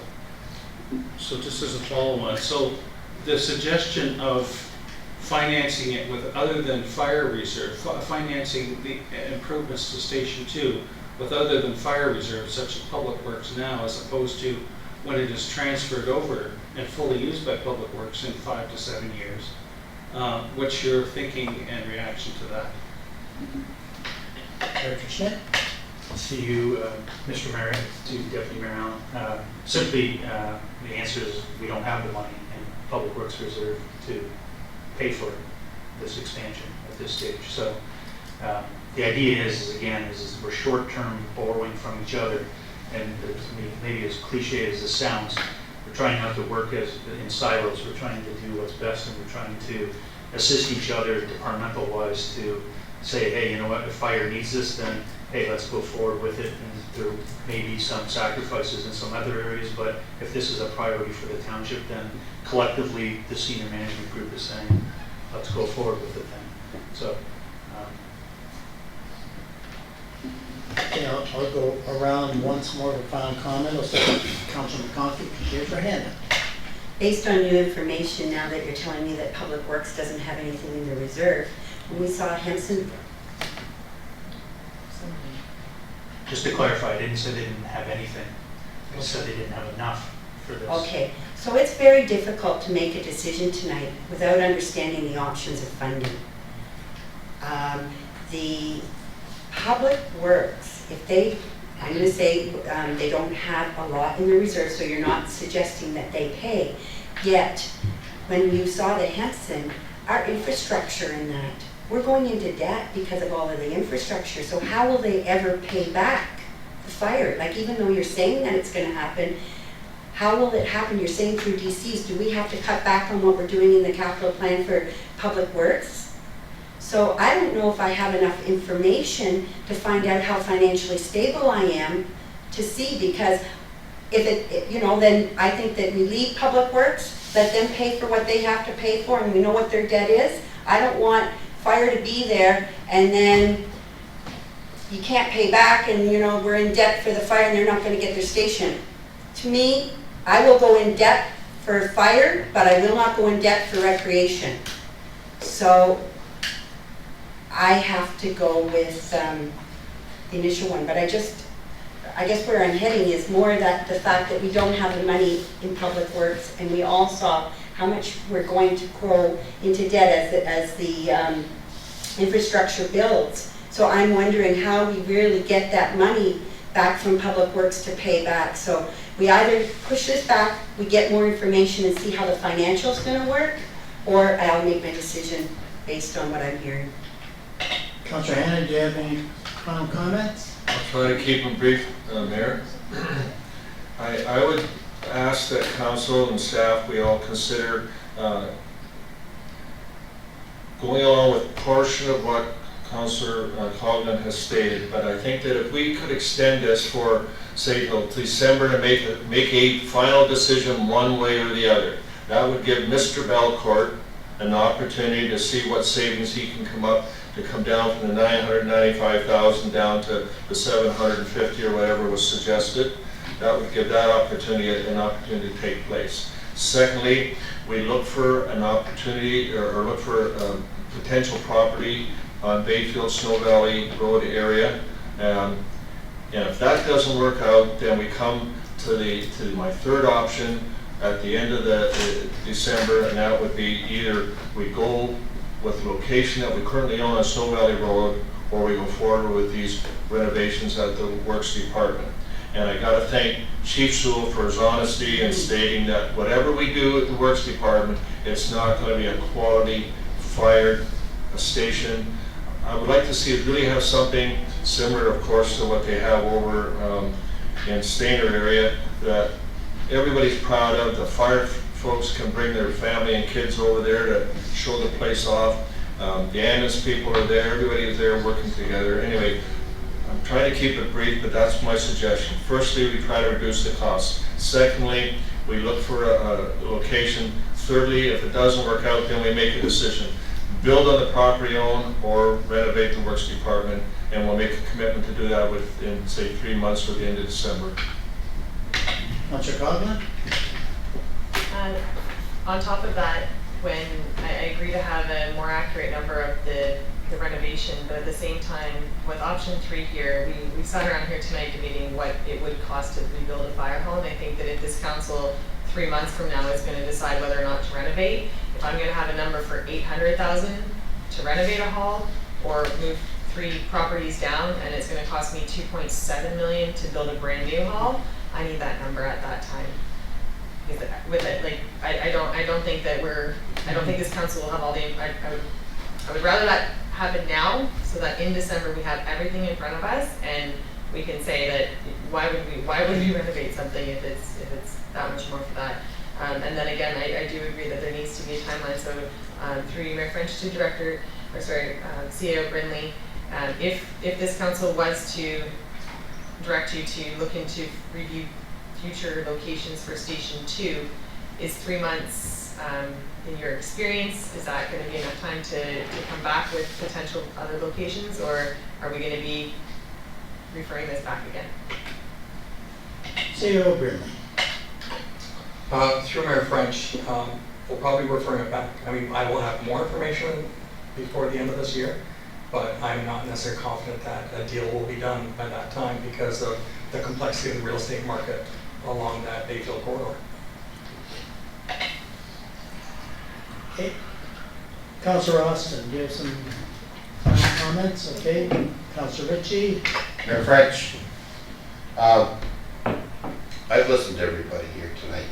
First and foremost, I support a new hall, but it's when we get it. And I feel what we're doing here is a good move. To me, this is definitely not a Band-Aid solution. I think it gets them in. It helps improve the situation that they have until we can find something that's comfortable.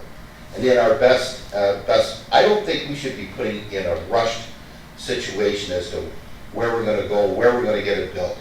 Let's take our time. Let's spend the 800,000 and provide some relief to the firefighters that we've been promising, and I agree to that. And in the meantime, we have wasted money here. This is going to go to Public Works. It's going to go to Parks and Rec.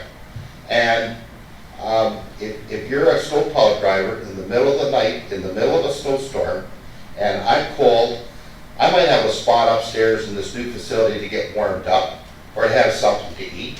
I can see this working not just for the Public Works, not just for the Parks and Rec. It can work for the fire hall as well too. It can work for everybody. But at least it gets us moving in the right direction and gives us time to work. find the proper location. Location, location, location. Exactly. Yeah, exactly. So I support what we're doing here. It gives us time, it improves the conditions that we've got, and down the road, 5 years from now, we haven't thrown the money out the window. It's gonna go to the other departments that they can use, and we can access their development charges at that time. So their development charges are gonna grow, we can access that, and then forward it on to the new building. This is common sense, this is a good report, and I support this. I support the 800, and this is the way we should go. And until that time, and let's put extra emphasis on the property that we're trying to find. And I think the CEO read it right. The market out there is crazy. It's hard to price, but keep that pursuit up. We should not be putting a timeline on that. People come to me and say, Perry, I want to find a farm. I might be back to them in 6 months, a year and a half. Here we go. So to put a timeline is not fair to staff or to ourselves. This is the way to go, and I support that very much. Thank you. Final comments, Deputy Mayor Allen. Thank you, Mayor French. I think Councillor Ritchie's eloquent summation, I totally agree with. As council knows, we have been looking for possible alternative properties. There are movements underway with respect to an alternative situation that we're all aware of. And that is progressing as quickly as possible. So I agree with Councillor Ritchie. You can't put an artificial timeline of December 31st to pull a trigger. We are showing progress by going ahead with this because it is long overdue and they do need to have much better conditions. It's not a waste of money. It doesn't, there will be ways of financing it internally. I think that we can get the costs down to $800,000 without jeopardizing the whole situation. So I think it's a win-win. And I think that we continue moving on the multi-tracks that we're moving, including proceeding with phase 2, but having the cost limitation or the mandate to help staff go back and say we cannot come in at any greater than $800,000 is a smart thing to do. And actually, usually I save my comments for last. Quite honestly, the comments that I was probably going to make were said by Councillor Ritchie and Deputy Mayor Allen. So I have no more comments, and I'm not sure who has the resolution to see where we're going. Okay, Deputy Mayor.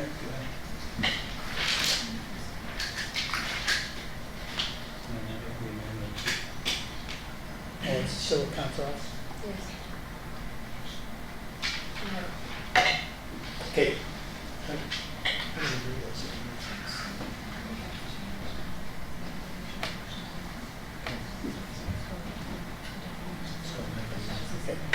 Okay, please table the resolution as you feel Okay, Mayor French, I need direction because I have 4 options in front of me.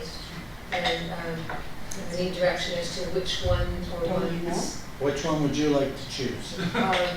Number 1 and So number let's see 4 where that- and number 4. Let's see where that goes. Right?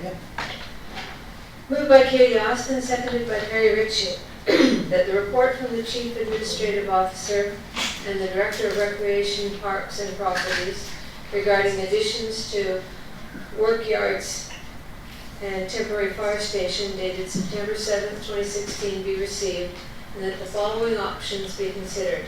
1, continue with phase 2 of the addition to works yard and temporary fire station.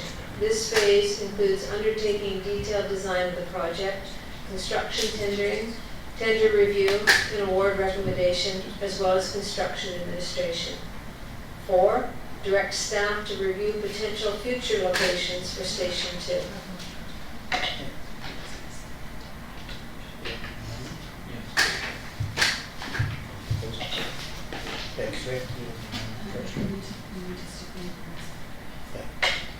Yes, I think we have an amendment, so Thank you, Mayor French. I'd just like to make an amendment to option 1 as it exists, but to say, subject to a detailed project cost estimate of a maximum of $800,000 before HST and Phase 2 consulting fees of an estimated $38,160. And that's moved by myself and seconded by Councillor Ritchie. Okay, I believe we have to deal with the amendment first and then go back to the main motion. Is that correct? Okay. So the motion on the floor is the amendment by Deputy Mayor Allen. All those in favor? Opposed? That carries. Now we go back to the main motion as amended.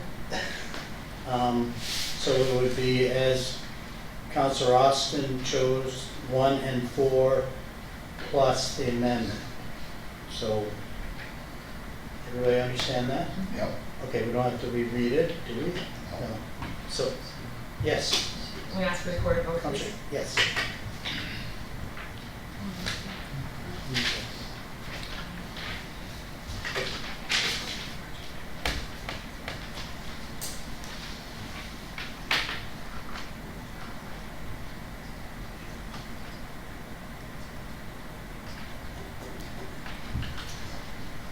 Councillor Austin, Yes.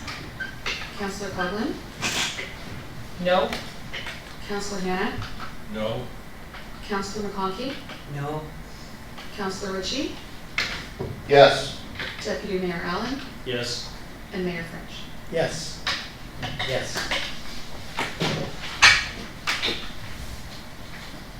So the resolution carries. Thank you. Cyril Binley? Mayor French, being mindful of the time, and some items still may take some time, can I ask that we move 11.10, the CP whistle cessation, up on the agenda? We have a number of people in the audience, I think, who want to hear this, and I'm worried it might be like 9:30 or so. No, that's very appropriate. So we're moving 11.10, basically report on the whistle cessation Snow Valley Road corridor. And obviously we have a report. Maybe before we have questions, do you want to, CEO Binley, just kind of do an overview and then we'll get into any questions? Mayor French, I'd be happy to. When you look at the report, it's sort of divided into almost 2 identical sections. One, it details what are the steps required to look at the concept of stopping the train whistle. It's called under the regulations called whistle cessation. I don't even want to say that, but that's what it's called. But it's stopping essentially the train whistle, and essentially it's the Transport Canada process that's required. So it's not even our process, it's not the provincial process, it's Transport Canada at the federal level because they essentially manage our railways. Now going down, what I've done is just going to use one other hand. I've tried to now then break it down into not just what it does from step 1 on what it does from the standpoint of process, but then look at the implications to the municipality as it relates to each of those steps and what would be required. In the same line, we sat down with the City of Barrie, because the City of Barrie recently went through a similar process to do whistle cessation along their line when they activated the GO line, which is now being managed by Metrolinx. Some of the concerns that staff have that are there is, first of all, the cost. Some people may not be aware, for the benefit of our audience, is what's involved. It's not about stopping the whistle at one crossing. Because the properties are strung along that Snow Valley corridor for quite a distance, it would involve installing full crossings, whistles, bells, arms, at every intersection along that process. It would require fencing along most of that process. You require, because of the speed of the train, require sight lines so that when you look at any crossing, you have to be able to look so many hundreds of feet this way and so many hundreds of feet. City of Barrie actually had to buy properties close to some of their stations to actually make those sight lines work. And so some of our concerns, first of all, in the area of cost, and the other side is liability. Our concern is that although it doesn't on the onset impact, based on Barrie's experience, their insurance rates at the onset, If there's an accident, we have to take full fault. Therefore, if there's anything's happened, and some of these cases are costing municipalities. The Deering case was $30 million that was assessed to Scugog. $30 million, and that's liability that we have to pay for. So my concern is cost, and I appreciate the whistle, I appreciate the sound, but our concern, I have to look at things transactionally. My council gets to look at the human factor. Our concern is liability and cost. Thank you. Okay, I'll turn to council. Councilor Hannan. Thank you, and I have to admit, I found myself on a hill across from where the train goes by in front of Black Creek Estates, and the whistle must have blown there 8 times, and it was really loud. But anyway, I'm just pointing that out. And I don't know if Mr. Brinley was able to find out, but I'm also told that even though the city of Barrie passed the bylaw, if you like, saying that they don't blow the whistle, I understand that it's up to the engineer. The engineer has the final decision whether they want to blow that whistle or not, so it doesn't matter whether we say no whistle blowing or whatever. If the engineer driving that train coming to the W that's on the sign and decides he wants to blow it, he blows it, so we can pass whatever rules we want, but it may not have any effect. Good, Councilor Conti. I thank you for the detailed report and on the process, but when I asked the question on August 3rd at future consideration, when I asked for a staff report regarding the CP rail questions, my resident, Michelle, had listed several questions. And to me, this staff report doesn't answer those questions. It answers the sensation and the process. But we had questions like, I'm saying we because I feel I'm part of the residents. It wasn't, that was the first question. Yes, their first thing is like they would like the whistle to stop, but in discussions I've said, to stop a whistle, there's liability to that. They understand that there's liability, and they understand that in order to reduce that, and we wanted to know if there's arms put on, does that reduce the liability? That was one of the questions. So if we put the arms on, I would think instead of 8 whistles, you might need only 3 or 2 or 1. And also, I was informed that Snow Valley Road is a county road. So also I had asked staff, is this a county? Like, do we really have a say on this, or do we have to be dealing with county? So I thought that the report would discuss that.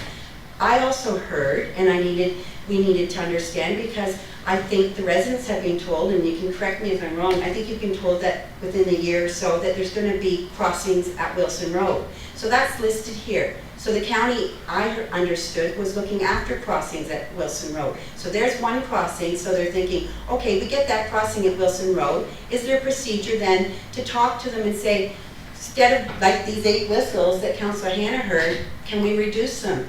Then Black Creek, with that, and Mayor French will be aware of that, we talked to the county about, the resident, the accident being there, and could they look at that?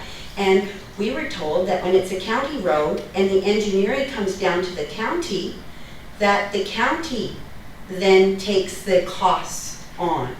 It's not the municipality that takes the costs on. So I just would like to ask, were you in discussion with the county on those, on Wilson and on the Black Creek Estate Crossing to the CAO? CAO, Through Mayor French, I'll add that when this item was brought up as an item for future consideration, it didn't include the robustness of the emails that you sent. So the request dealt with the issue of cessation, and that's what this report deals with. That was the specific request. Unfortunately, at the council table, the request wasn't this point, this point, this point. The other side is the way the request works is that the municipality can make the request. So at the end of the day, is the county going to accept these costs for this whole crossing? No. They are independently working on other accidents, like the Wilson one, they are working on, and because of some of the accidents we've seen. But to be clear, the request I had at council as an item for future consideration. No, I'll read the future consideration. I can read it right now. It says to deal with the questions. And right after that, forward you an email I don't want to be rude or anything, but I did forward an email that then said to you, these are the questions that I received and these are the questions that I would like answered, because I knew that I had to correspond with the CP, I had to correspond with Simcoe County. There was many correspondence, and I was happy if this report would take 4 or 5 months in order to get the answers that I needed to present to my residents. So I would just like that, I appreciate this report, but I would like my future consideration of the questions to be answered. And if those questions can be answered by staff, I would appreciate it. So I'm asking that this report be amended to, or sent back to be revised to include the answers to the residents' questions. I think the resolution for us, one of the options is that, we can investigate in more detail and more robust whistle cessation for the Snow Valley Road corridor. I think that is covered. And quite honestly, I know, I felt most of the questions were answered in the report, so maybe that's my confusion. But I think what we're here to decide is, should we be spending time and effort and going forward with investigating whistle cessation in this corridor, when it is my understanding that obviously even the developer, there's a codicil in the properties when you buy them that there is a very busy CP line there, and there is whistles, and if you want to kind of phrase it, caveat emptor. And for us now to take on a responsibility in the established subdivision, which has been there for 25 or 30 years, they've experienced whistles in Snow Valley, and this, and to my understanding, has not come to council previously for this request. Councillor McConkey. So with you saying that you feel that can the resident then forward the questions again to be answered? Because they still haven't gotten their answers. Or the other alternative is that I will, now that I'm retired, I will be dealing with the resident, and we would, didn't even get the answer. Do we deal with the county? That hasn't been answered in here. We need that, if we have to deal with it as a resident, and I'm not saying I want cessation. I'm saying that I want reduced whistle, possibly because of arms going down. CEO Brindley. Mayor French, thank you. First of all, my apologies if I missed one paragraph with respect to the county's road. It is a county road. I did talk about liability. We accept full liability regardless of anything, regardless. But that said, if Councilor McConkey wants questions asked, maybe I request that this report be referred to the county for response, because I tried to answer it best within my sphere. If it's a county road, then maybe I should ask through the mayor, deputy mayor, that maybe for the additional questions that this report be referred to the county to answer those questions. That might be an ideal way of doing it. Refer the entire report to the county for comment and come back to us as a council to address. Councillor Austin? Yes, I want to, first of all, repeat what you said about the caveat emptor, that there was a codicil in the original purchasing of the houses, that the houses were built in a busy train corridor. My question also is, I don't understand why the township needs to take responsibility for this question, why it should not be an issue between the homeowners and the CPR. Why does the township or even the county have to become involved? Why can't the complaint or request go directly to CPR? I think I'll answer that. I won't even have the CAO do it, because they are our residents and they pay us the taxes, and they are experiencing inconvenience. So I do think we need to be their voice, and if it's the county that should be responding to some of these questions, yes. But Councilor McConkey, it's in her ward, and she's being responsive to the residents' request, and it certainly behooves us to take it to the appropriate authority, and in this case, it appears we're not the appropriate authority. And that's why I think the since it is a detailed report, it covers a lot of the, the kind of items that are kind of being dealt with here. And, one of the suggestions I would, and I'm not sure if Councilman McConkey would support that, but I think we should refer this report to the county and ask for a response. Councilman McConkey? I'd like to refer the report, but with the questions that the resident had. It's the questions that we need answered. And because we need confirmation as well. They're also looking at the safety of the area. Like, they had to deal with that accident. They had to drive out of their subdivision and see what happened there. Children had to see that. So I really feel that, I know that this is a federal issue as well, and I will be also talking, like, I think it needs to go to our federal level, because yes, it's fine. What happens is everybody says, oh, the trains have been there for 100 years. They've got the right of way. Things have changed in 100 years. We have urbanized, and my biggest fear out where I am is the railroad tracks, because people don't know if they're live or dead, because, the people coming from the city, they're used to all dead tracks. They don't believe that these are live CP tracks. And my area isn't urbanized, but I have to warn all the children that come out to visit, you watch your cars, make sure you look. Where they are, they're in an urbanized area. It should be a natural that the federal government should actually be paying for safety of our residents and putting down arms. So I think this is a bigger issue, and I would like to take the county and also put that question to them as to how are they going to, in planning, go forward when we urbanize and we have crossings in there. We have to ensure the safety of the residents around. So yeah, I will forward the questions so that the county can provide answers with the questions that the resident asked.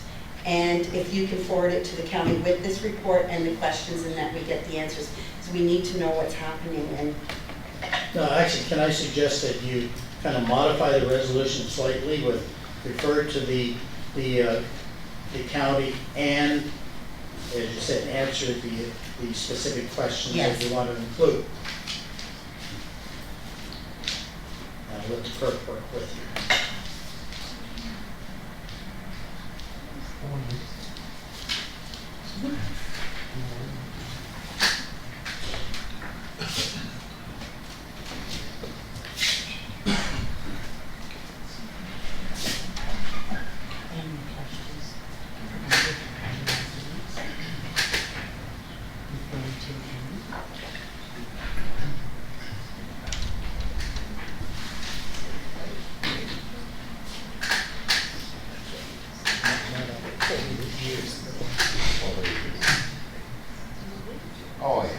Oh, yeah. Maybe you should look at yours.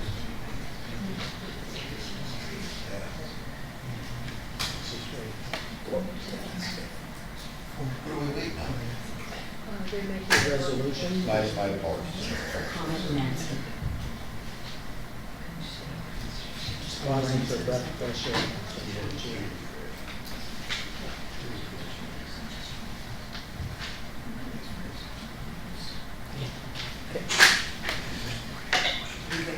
Yeah, did he second it? Yeah, oh no, nobody seconded it. Okay. I guess he yes. What's funny in our PC churches?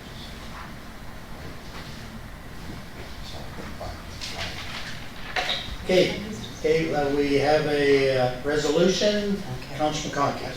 Moved by McConkey, second by Councillor Coghlan, that the report and ratepayers inquiries be forwarded to the county for comment and answer. I don't want just comment, I want answer, or do you feel comment is enough? Yeah, but, well, we want comment back from, but we also want the first part of that resolution that we're going to also refer the report along with the questions. Yep, we say that, Oh, that the report and ratepayer inquiries be forwarded to the county for answer / I'm going to say answer / comment. Okay. Because, yeah, okay. Oh. All right. Okay, so we heard the resolution, so we're referring it to the county for comment and answers.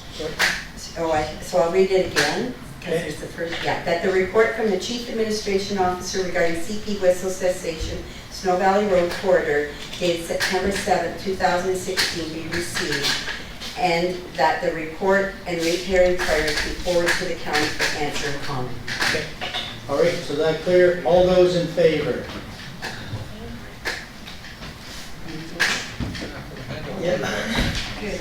That was carried unanimously, Thank so you. you know. Well, thank you for those people that are staying here, so we are going to get kind of more input on this, and you can thank your Councillor McConkey for being very persistent on this, and we would expect nothing else. So we'll go back to our agenda and slide back to 11.7. And this is the Ontario 150 Community Capital Program. Maybe before we start, let's take a 5-minute comfort break so everybody can focus on the rest of the agenda.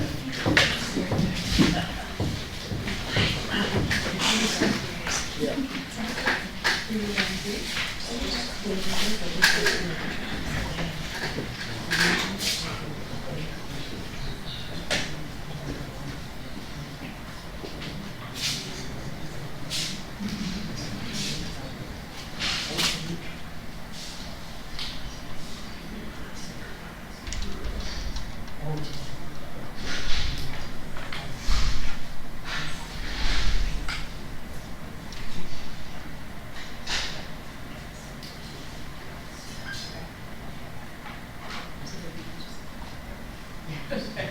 Okay.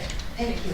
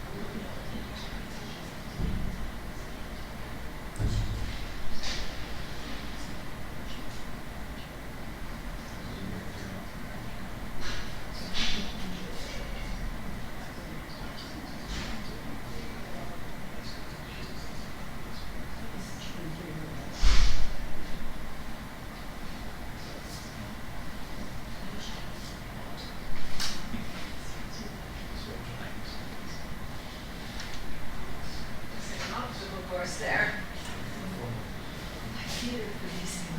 Oh, gee, that's funny. I wonder where the air conditioning will be down there. My hours are breathing too. Okay. What's Michael doing out there? Just being on call? Making sure the system doesn't blow up like we had last time. Thank you.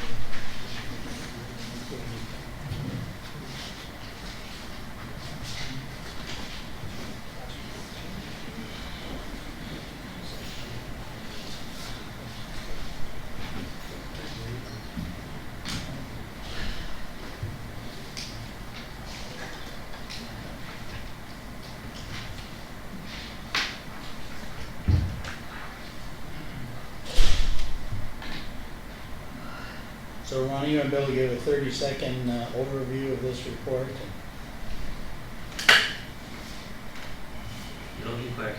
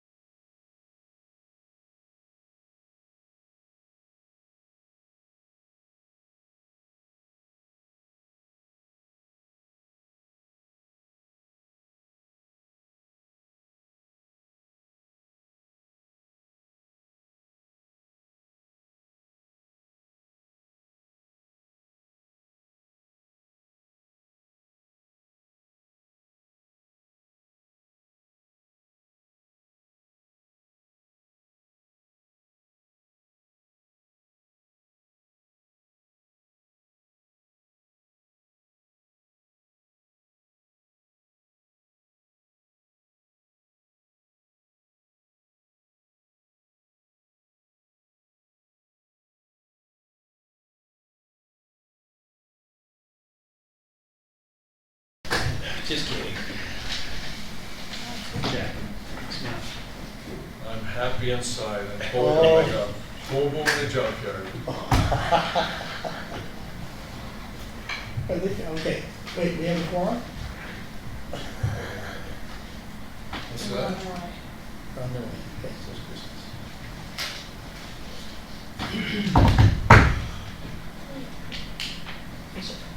I knew it's- Which one are we at now? 11.7. Ontario. Ontario 150. I saw two pre-HST, and that was just a number of things.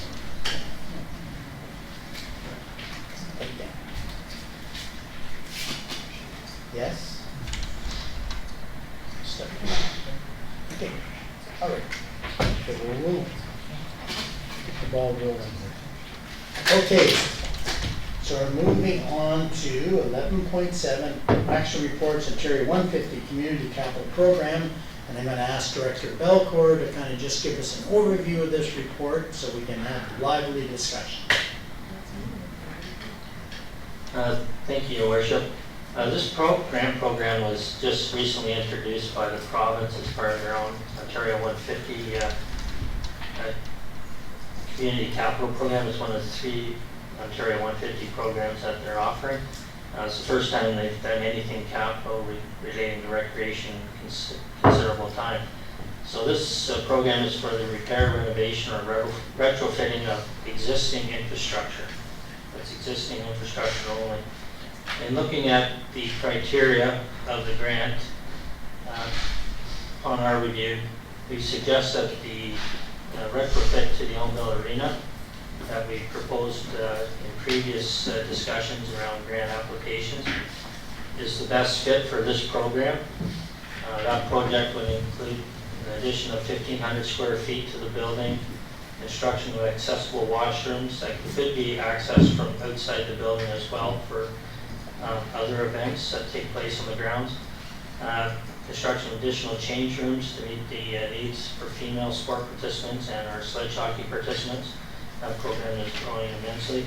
And for the development of presentation space that could potentially host the Springwater Sports Hall of Fame, and of course much needed storage space within the facility.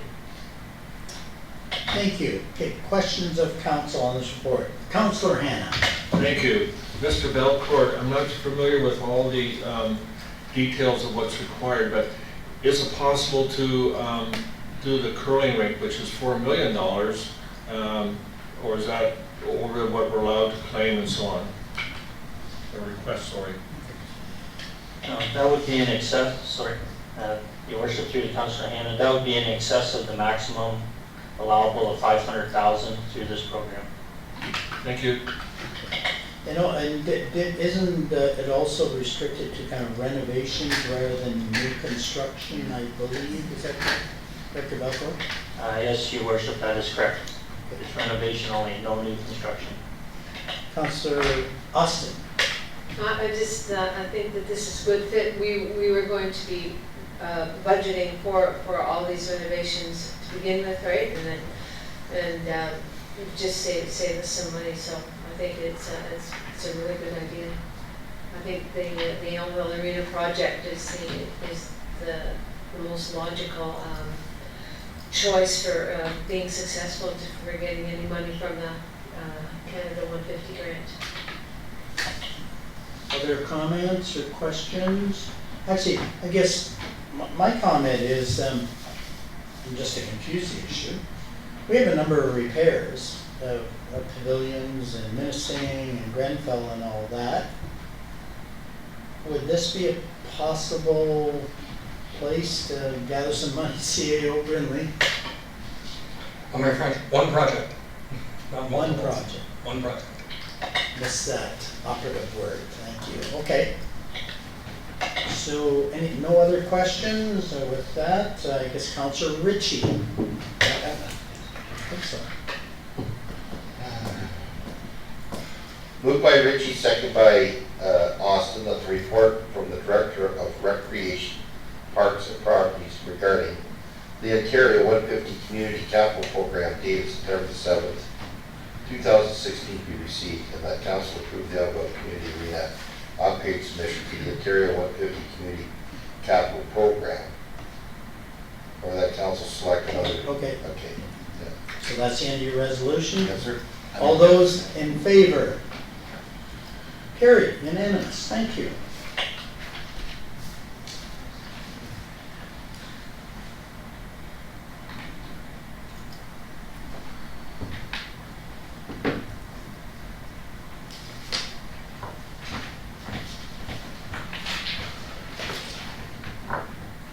Now we'll move on to 11.8, and is there any discussion on the winter sand tender results before I call for the resolution?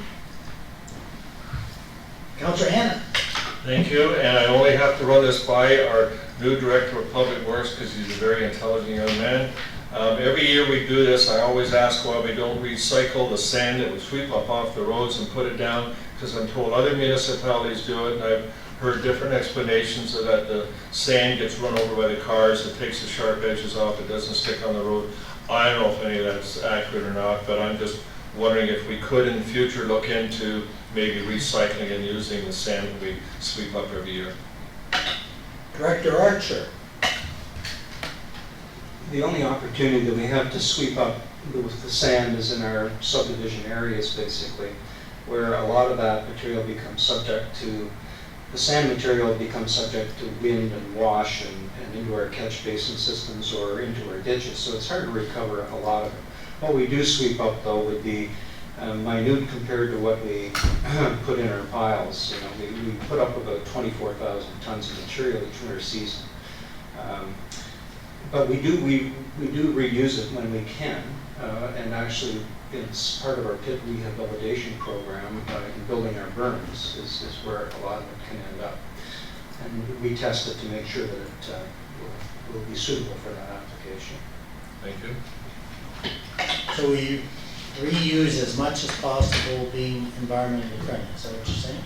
Okay, good, thank you. Any other questions? Deputy Mayor Allen.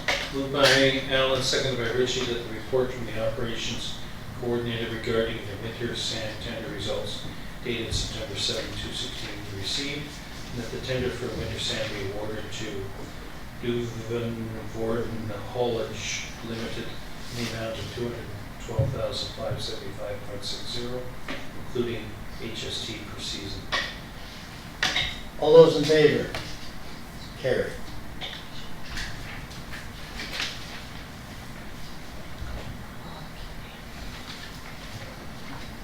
Moving on to 11.9, action report, draft traffic calming policy. And maybe, does Director Belcourt want to make some initial comments before we call on questions? No, it's required. Oh, sorry, no, he doesn't. Sorry, Director Archer. Thank you, Mayor French. I guess this all dates back 4 or 5 years ago when we started considering what do we do with traffic calming.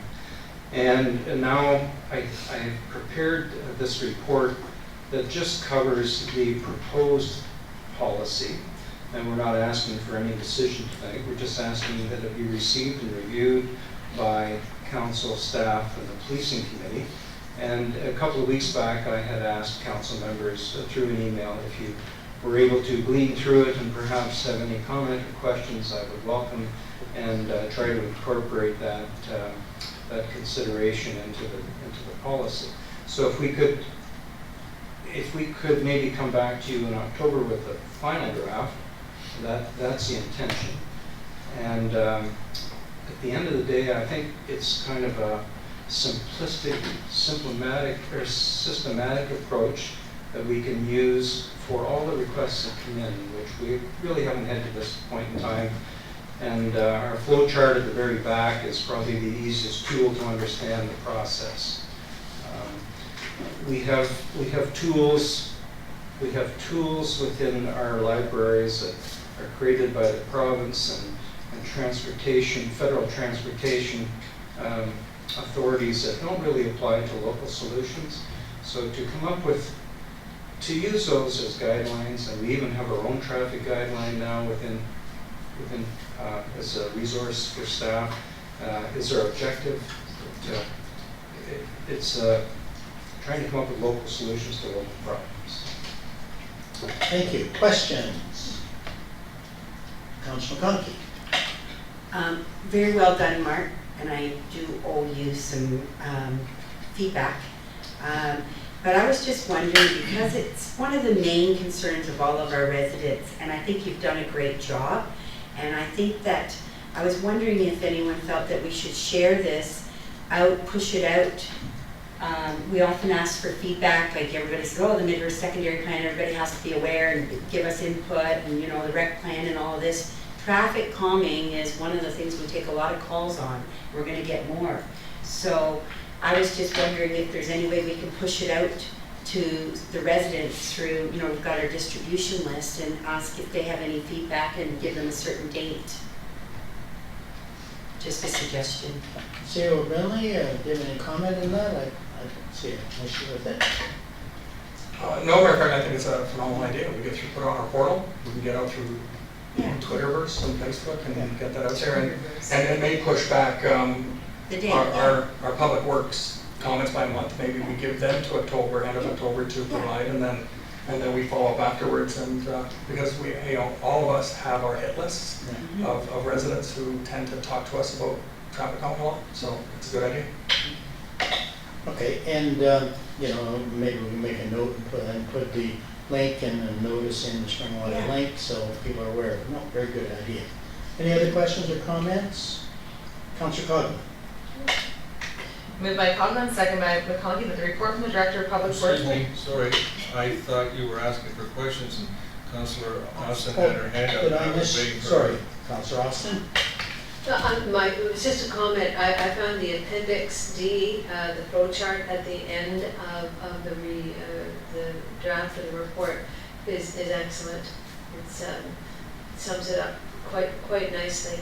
And after having read the report, I basically thought, okay, so if a resident comes to me with a traffic request, I'll simply say, good point. We have a process. Here's an application form for you to fill out. So I appreciate you setting up that systematic approach. Thank you. Thank you for the comment. Now I'll go to CEO Brindley. Sorry, Mayor French, based on Councilor McConkey's great idea, can I request that the amendment to the last line say presented to Council in November? Yeah. Thank you. So, Councillor Cox. Sorry, I have comments. I've been waiting my turn. I just didn't want to go ahead and Councillor Austin. Thank you. Mr. Archer, I sent you back my response. One of my questions was in the 43 pages, which are all great, was that I wasn't comfortable with the statement that was in there that if somebody came forward with a problem, they couldn't come back again for 2 years if it was denied. I just want to confirm that's no longer in the report because I pointed out with construction, detours, and so on, there could be a need to come back within the 2 years. I wouldn't want to see somebody not be able to come back with their criticisms or recommendations because it was within that 2-year period. That's my first question. Director Archer.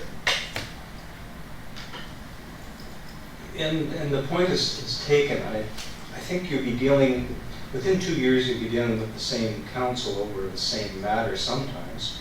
In a period of less than 2 years, you might be able to deal with the matter with another council as well, if that's helpful to get things done. But it's a lot of time, it's a lot of effort, and the number that we get and process is why we thought the 2 years might be to give you a bit of a break. I understand because you and I have this conversation with traffic complaints weekly. But for example, we put up a stop sign, we put up speed humps, people don't like them, we take them down, that can all happen within that 2 years. And I would just rather see us not have that restriction in there.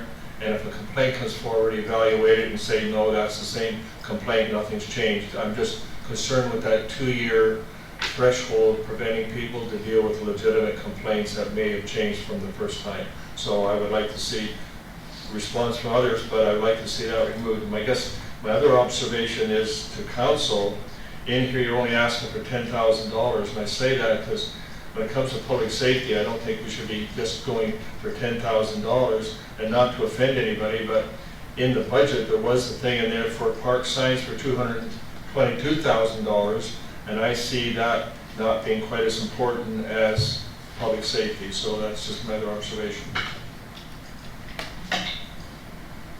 Director Archer. Thank you, Mayor French, to the Councilor Hanna. And I thought 2017 comes along, 10,000 doesn't go far for a capital project. However, if you can deal with the matter and you can propose it as a capital expenditure the following year, is what I was thinking. I'm not sure what number to throw at it until we know where all the issues are and what they're worth.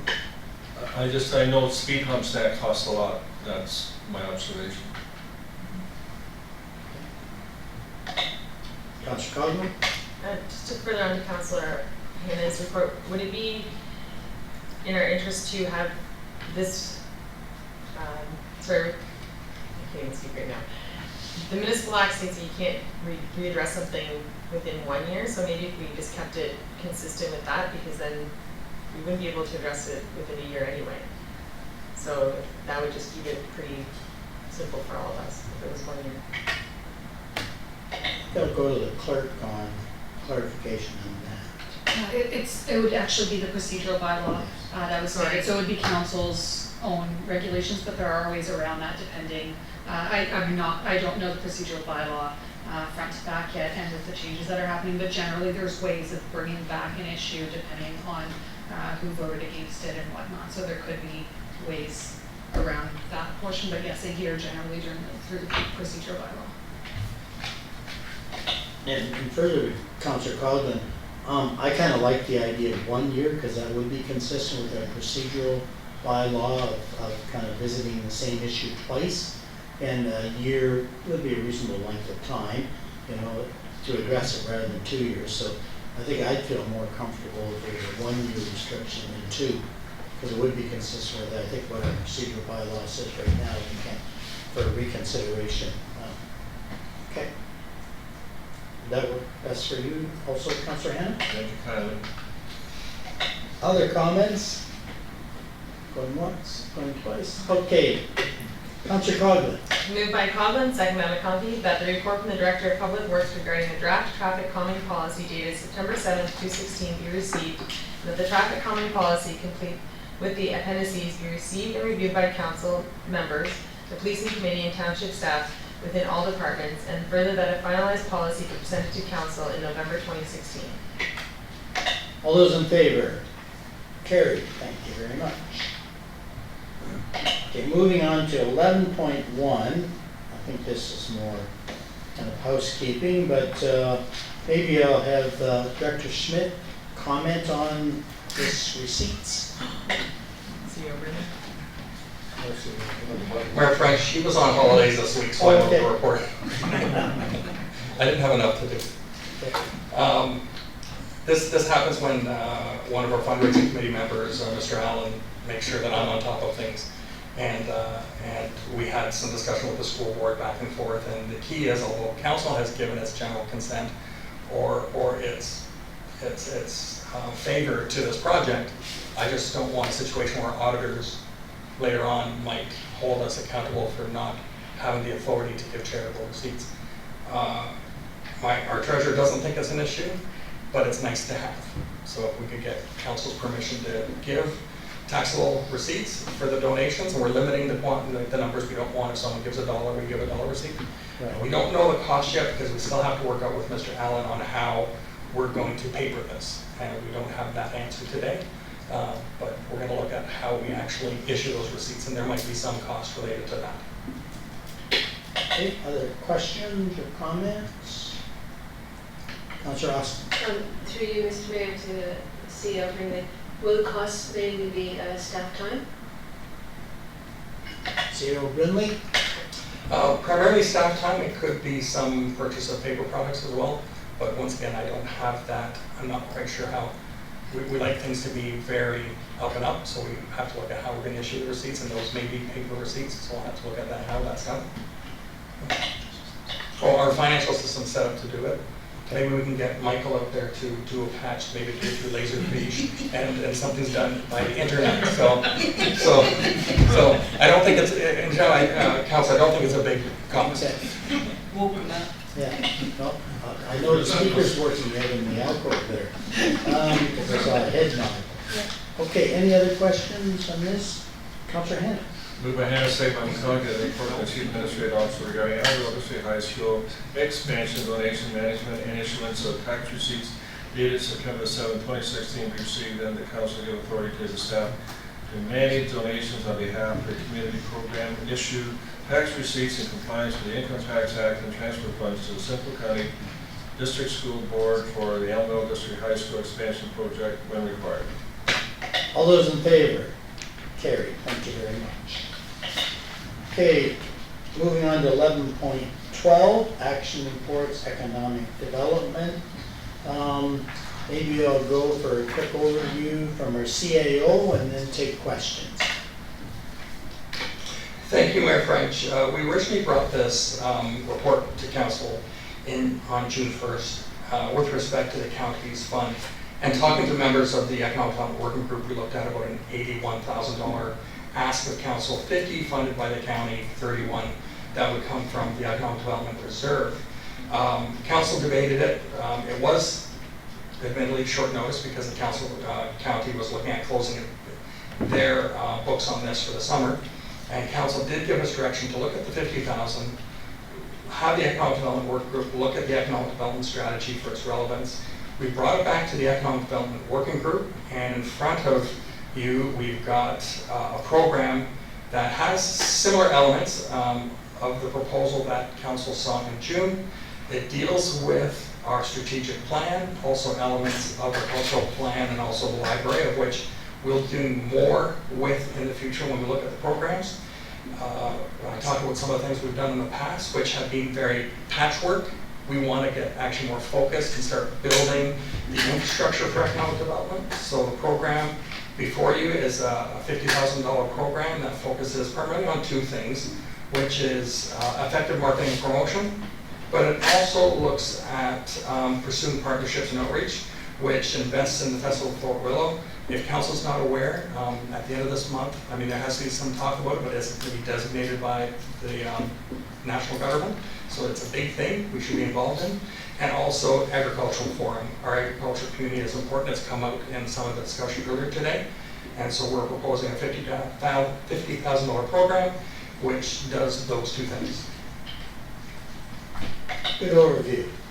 Questions? Councillor Hannah. Thank you. I'll make it short. June the 1st, my recollection was that when it came forward, we were putting up 80,000, 30 I think from the township, 50 from the county. And then each year it progressed and it changed. We put up more, they put up less. In the end, I think it was going to cost our taxpayers $125 or something like that, $1,000 to get this 50,000 plus other amounts of money that got reduced as the 4 or 5 years went on. So my question is, are we locked in by taking this 50,000 that we still have to maintain that ratio, that ever-changing ratio where our taxpayers more, or is this just a one-time $50,000 thing that we're not locked into? I can answer that.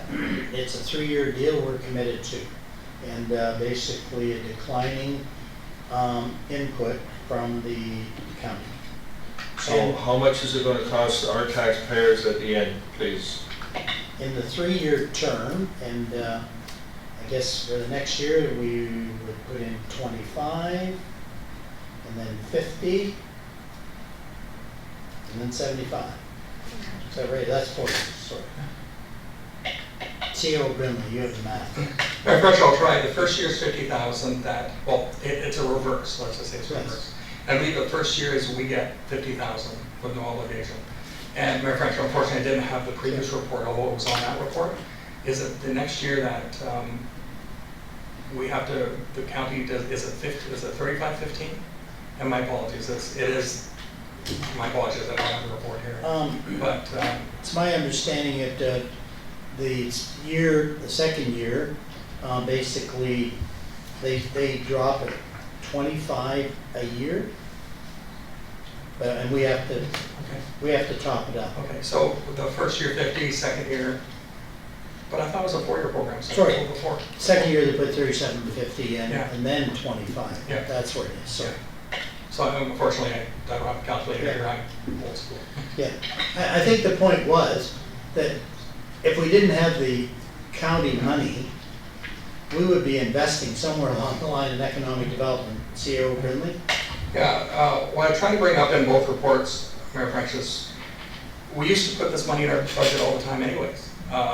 Over the last few years, because the county gave us money, we've been using the county's money. So what this does is bring us back up to a sustainable, essentially contribution to the county, and all of us say, hey, we should be investing $50,000 a year in program money. And I want to be clear, is there was a figure that the treasurer threw around last year of 30,000, but some of that is spoken for already with other things we do, so it's not like we have a full 30 to pay with.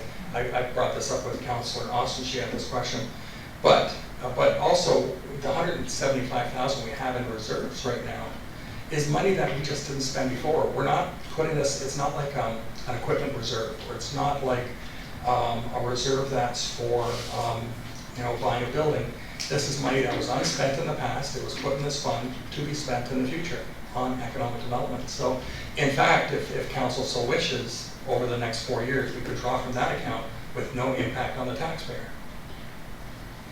I guess, thank you, but I guess I just trying to get clear in my head that we're making some money, or we're getting some money, if you like, from the county, but we're in the end, our taxpayers are putting up $125,000 to get the portion that we're getting from the county. And I just want to hopefully make it clear that all of council's involved in whatever expenditures of this funds take place in the future. It's not just the people on the Economic Development Committee that are making the approvals, if you like. CEO Brindley? Yeah, Mayor French, that's why I tried to distinguish. There's about $30,000 that sits in the account, and some of that's spoken for already based on programs. That's stuff that staff themselves actually spend too, and we do some things with the committee, but when it comes to this money, I will commit that it comes to council every year in a work program. Thank you, sir. Okay. Other questions? Okay. Councillor Austin? Moved by Katie Austin, seconded by Perry Ritchie, that the report from the Chief Administrative Officer regarding Economic Development Working Group County Funding Program dated September 7, 2016 be received, and that Council approve the Economic Development Work Program proposed by the Economic Development Working Group that focuses on effective marketing and promotion, pursuing partnerships and outreach in the community. All those in favor?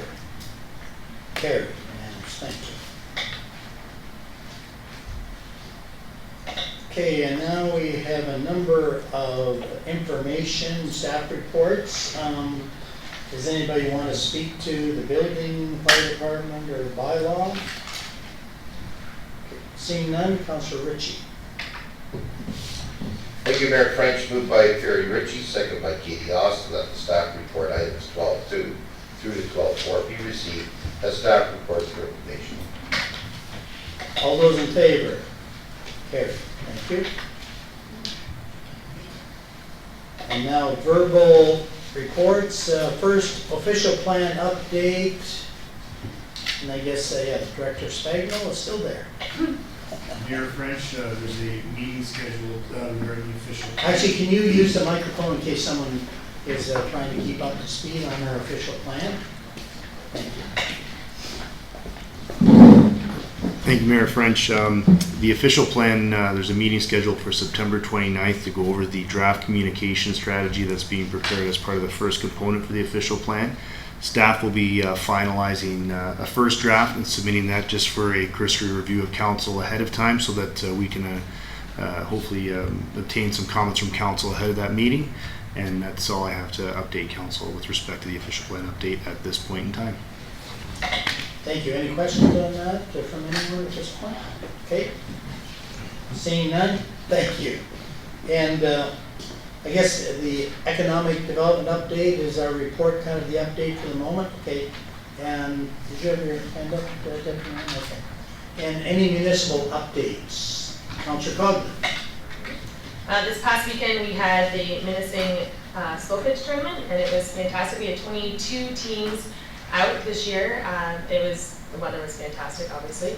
I'll let you know that our team did come in first place in the B champions, so that was fantastic. We'll be back to defend ourselves again next year.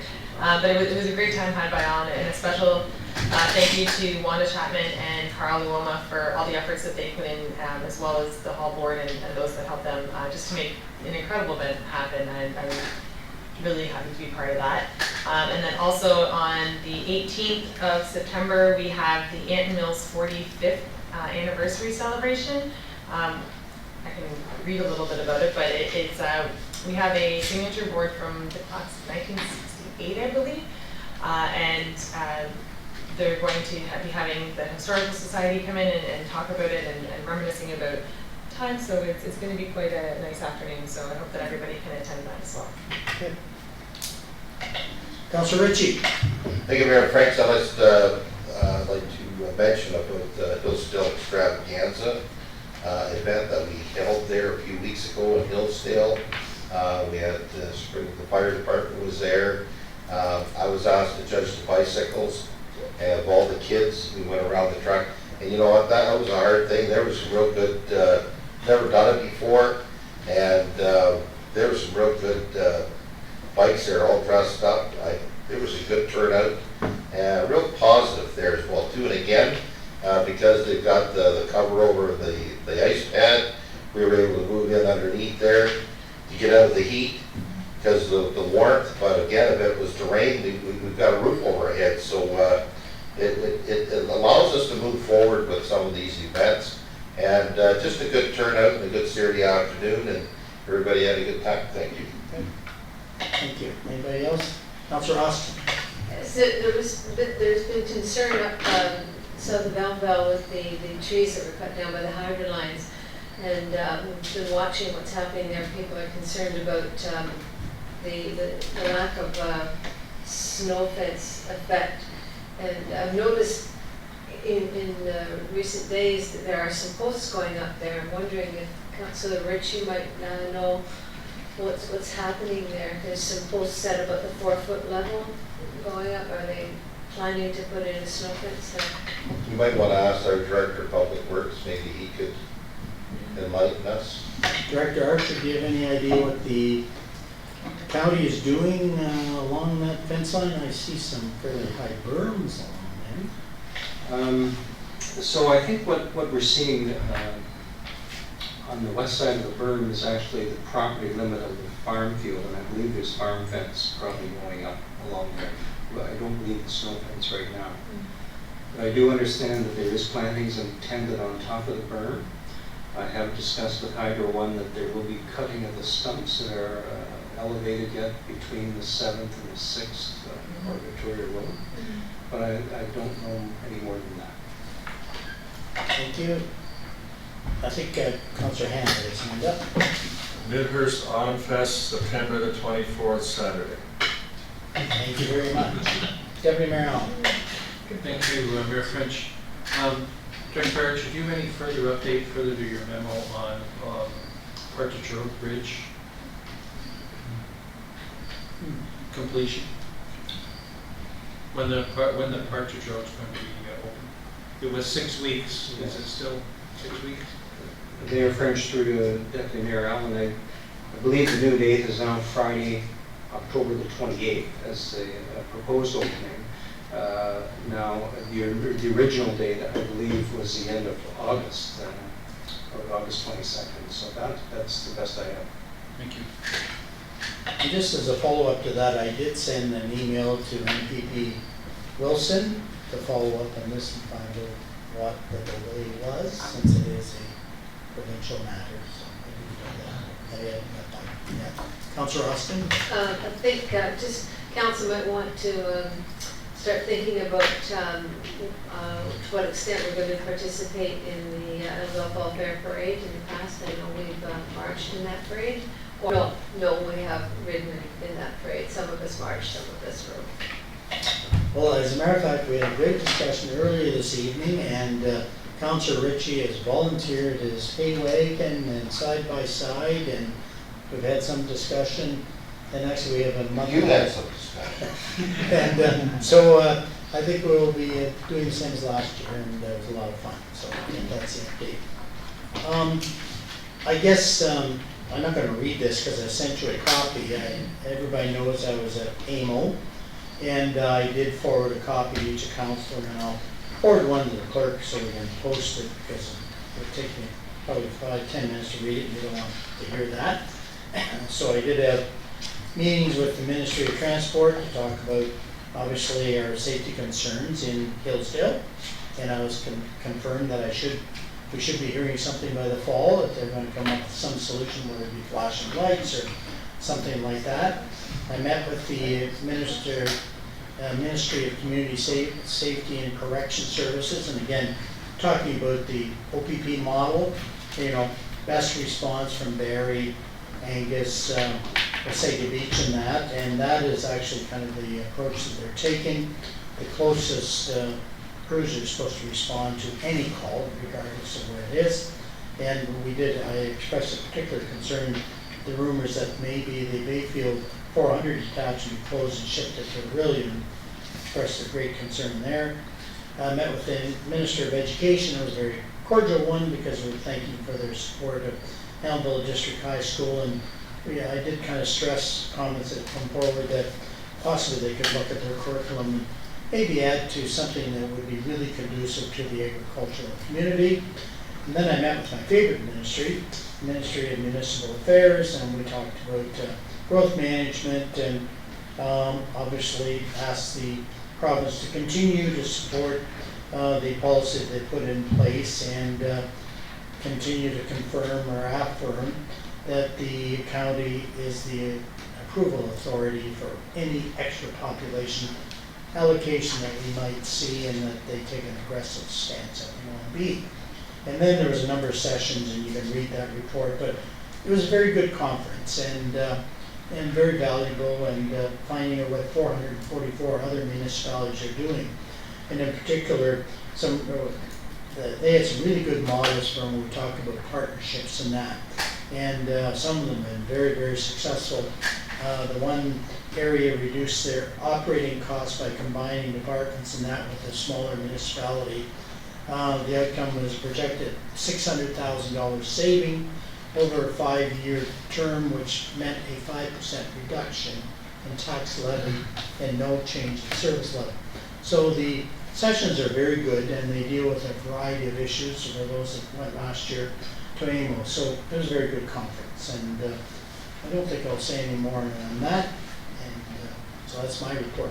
Any other follow-up municipal updates? Okay, seeing none. We will move on to item 14. Is there any notices of motion from anyone on council? Okay, seeing none. Is item 15, is there any items for future consideration? Councillor Hanna.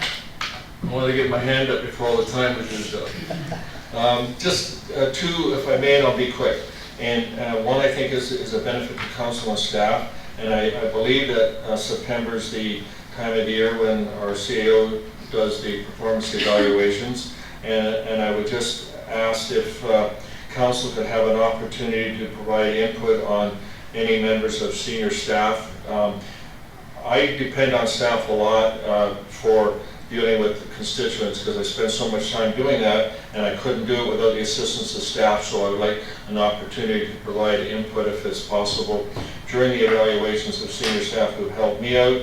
And there may also be, conversely, an opportunity to provide some suggestions for improving situations as well, or better relationships with staff. So that's one thing. The second one is to do with, I don't want to name the name of the company, so to do with the fruit stands that exist in our township, in particularly on Bayfield Street. And I know I've had discussions with the CEO briefly and Mayor French.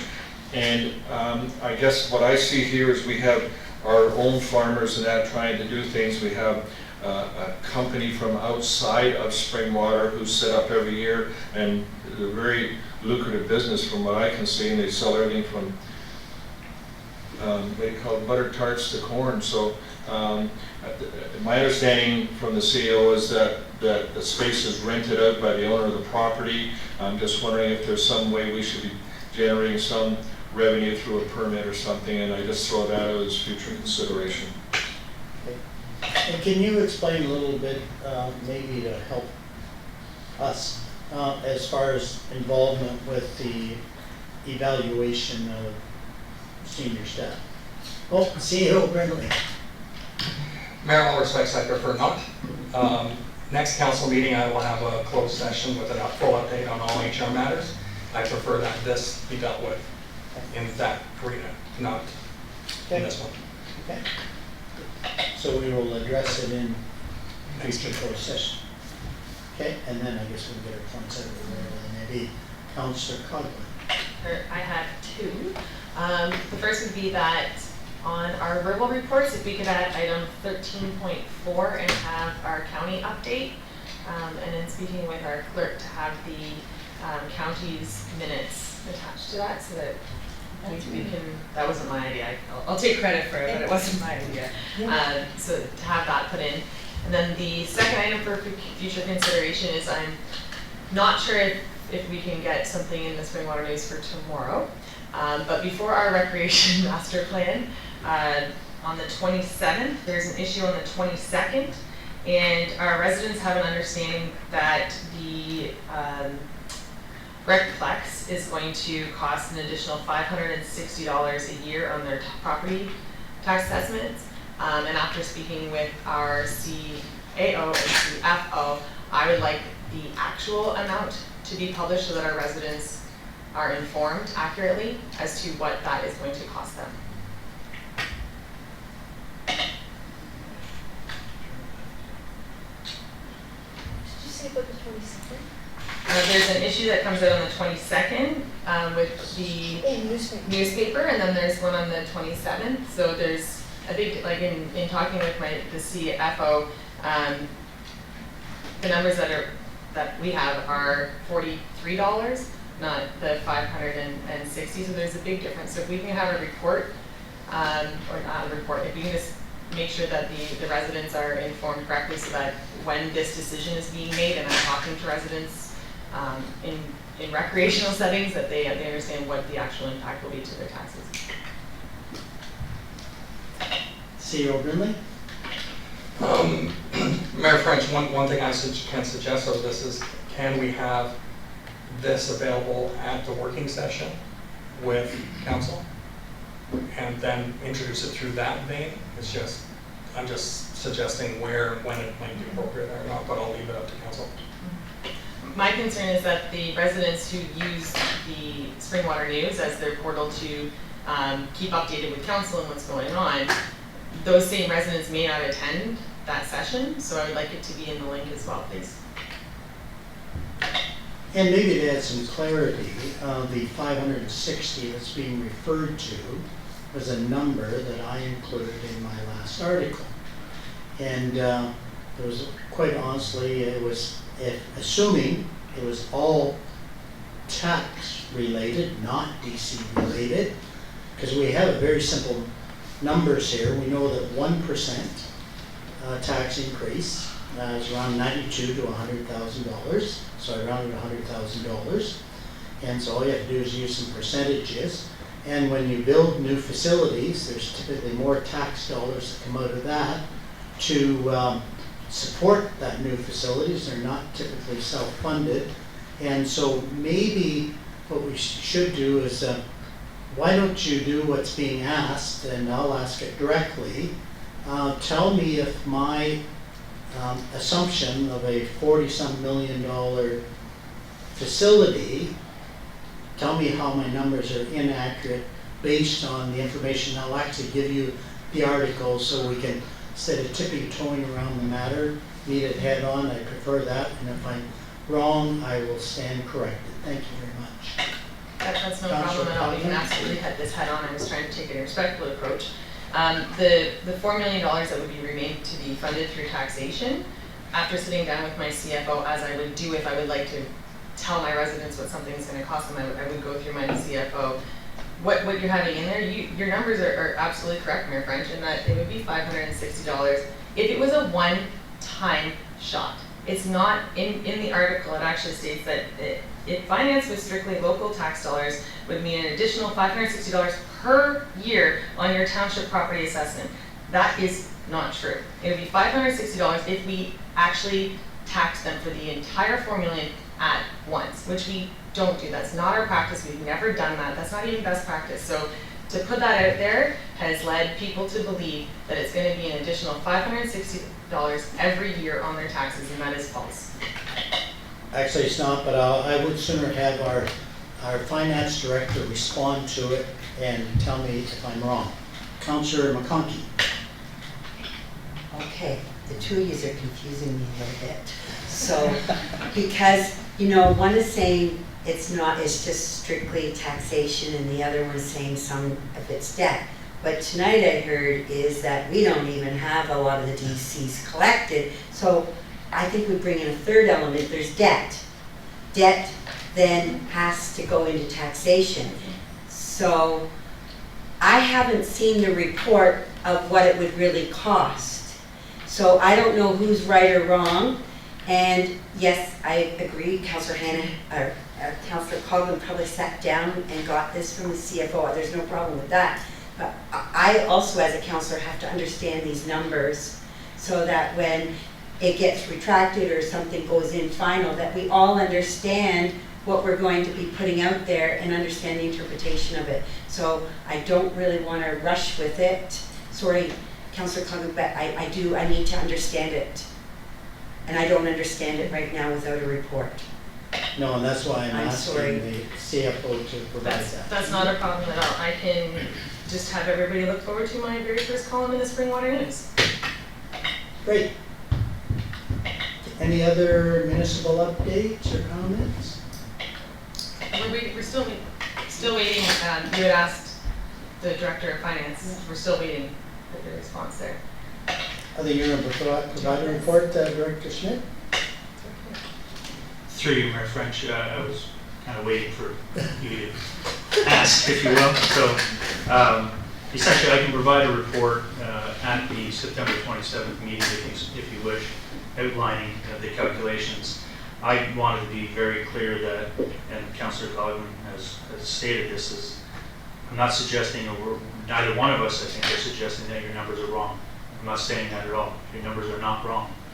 What I'm saying is that the $4 million, so if you had $40 million for the project, of which 90% is DC eligible, that leaves essentially $4 million of taxation dollars that need to be funded. What I'm suggesting, and what I think your numbers are suggesting, unless told otherwise, is that $4 million, we wouldn't be taxing the taxpayer $4 million in 1 year. That $4 million we would likely be debenturing over a 10 or a 20-year time frame. So that's how I've interpreted it. You've obviously, I think, interpreted it maybe differently, but that's where I think there's discrepancies. No, I mean, the scenario, there was a comment made, what happens if people want it and we don't have the DCs and that? What would happen if we had to pay for it out of tax dollars? So I took the 40 million, we don't have any DCs.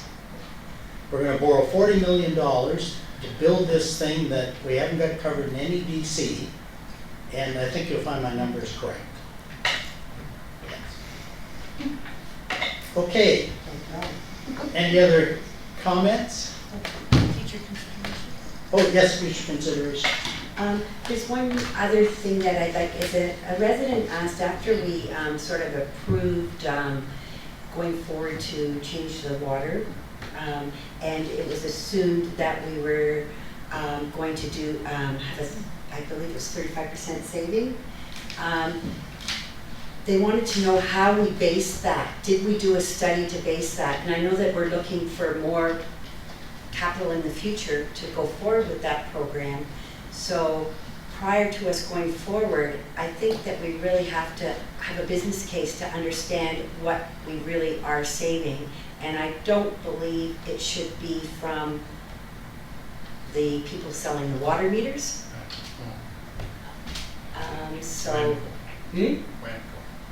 Yeah, okay.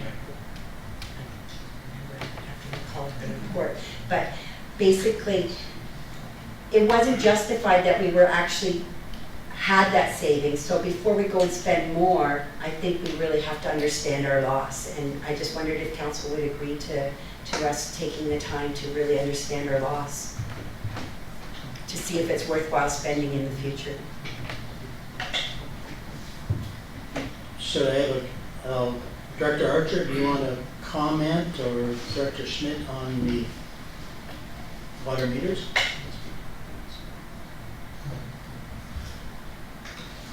Thank you, Mayor French, through to Councilor McConkey. I believe the 30, it might have been a 37%, up to a 30%, 37% of water loss may be found with the implementation of the new meters. But at the end of the day, they wear out, and there are some over 20 years old.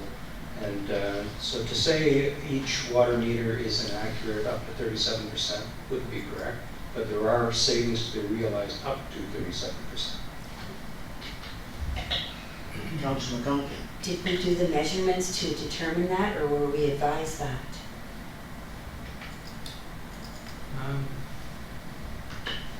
That would be from manufacturer's literature.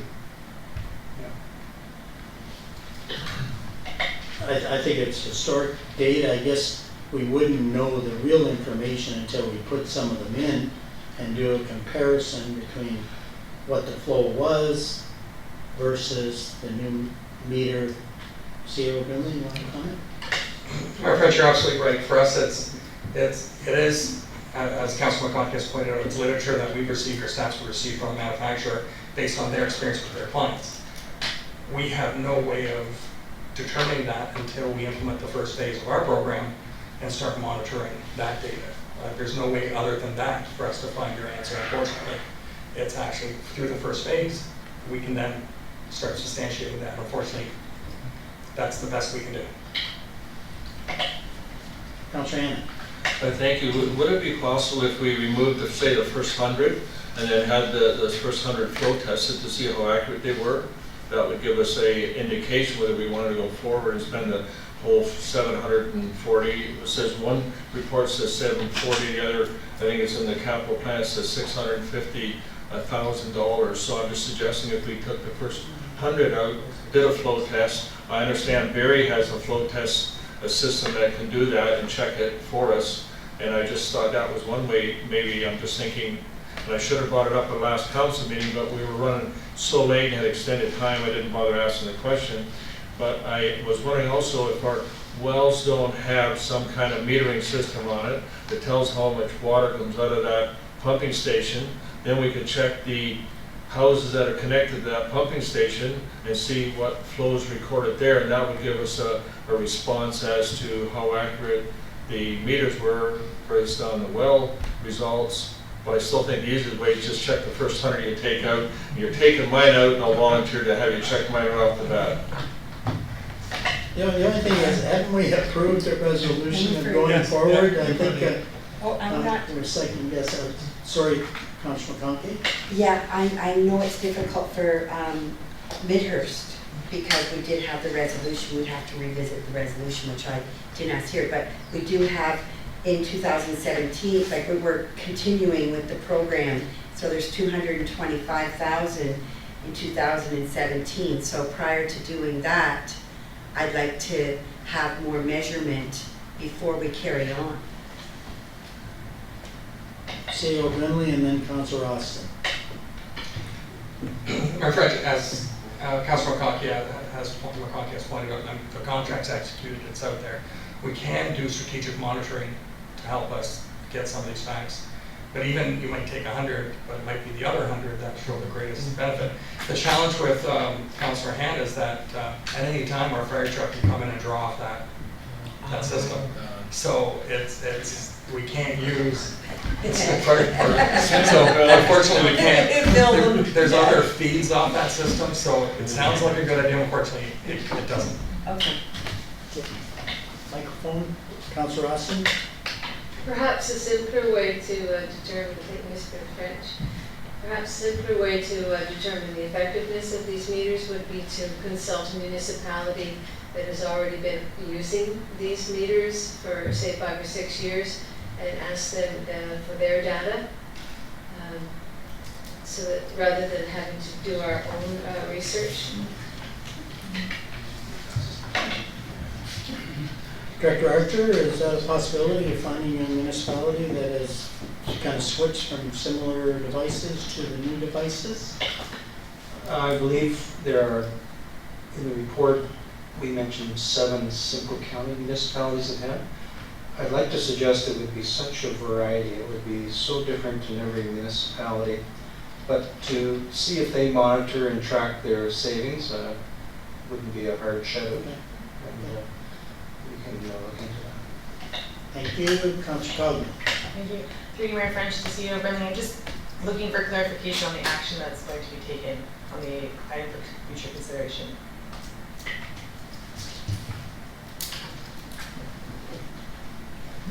Mayor French, through to Councilor Claudia, I think what we're going to do is we're going to go out there and look at the best method of how we can research this. Whether it's through testing or whether it's through the neighbors that are already using this product. No, I'm talking about Oh, my oh, sorry, I thought we were on a new one. I thought we were on a new one. With respect to the rec fees, my recommendation is a report will come to, because this council has not even actually, in a capital plan, defined the rec center. So my recommendation would be for the 27th, we will have a report from our treasurer detailing what I have here, not just the cost, how it's going to be financed, and impact on taxation. And that seems to be the concerns that we have that have been expressed. But the best thing we can do is for the 27th is have a report that deals with the finance. Not just the line item saying how much money for a rec center, but we can have our treasurer detail what the implications are. Would it be possible to have that for our next council meeting on the 21st rather than the recreation meeting on the 27th? I'm just advised that we can have it available, but our treasurer will not be here. Unfortunately, he's away. So if there's any questions, he will not be able to answer them. I would like it as soon as I possibly can get it. Thank you. Okay. Any other? Okay, Deputy Mayor Allen.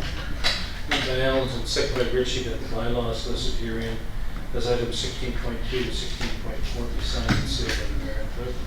All those in favor? Carried. Okay, and, yeah, confirmatory, Councilor Collins. Moved by Conklin, second by McConkey, that the bylaw 2016-46 to confirm and adopt the proceedings of council at the regular meeting held on September 7th listed herein be signed and sealed by the mayor and clerk.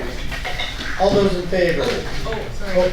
My apologies. I believe at the beginning of the meeting it was suggested that it wasn't signed by the mayor and clerk. It was suggested to be signed. Okay, these, yeah. Oh, so oops, do Just this. a confirmatory. It's fine. Goes out to the minutes. All those in favor? Carried. And Councilor McConkey. Moved by McConkey, second by Councilor Mann, that the regular meeting of the Township of Springwater is now adjourned at 10:50 p.m. to meet again at regular session on 9:50, always looking wrong. To meet again at regular session on September 21st at 6:30 p.m. in the Council Chambers Administration Center, Minnesota. All those in favor? Carried. Thank you, everyone. Meeting adjourned. Thank you.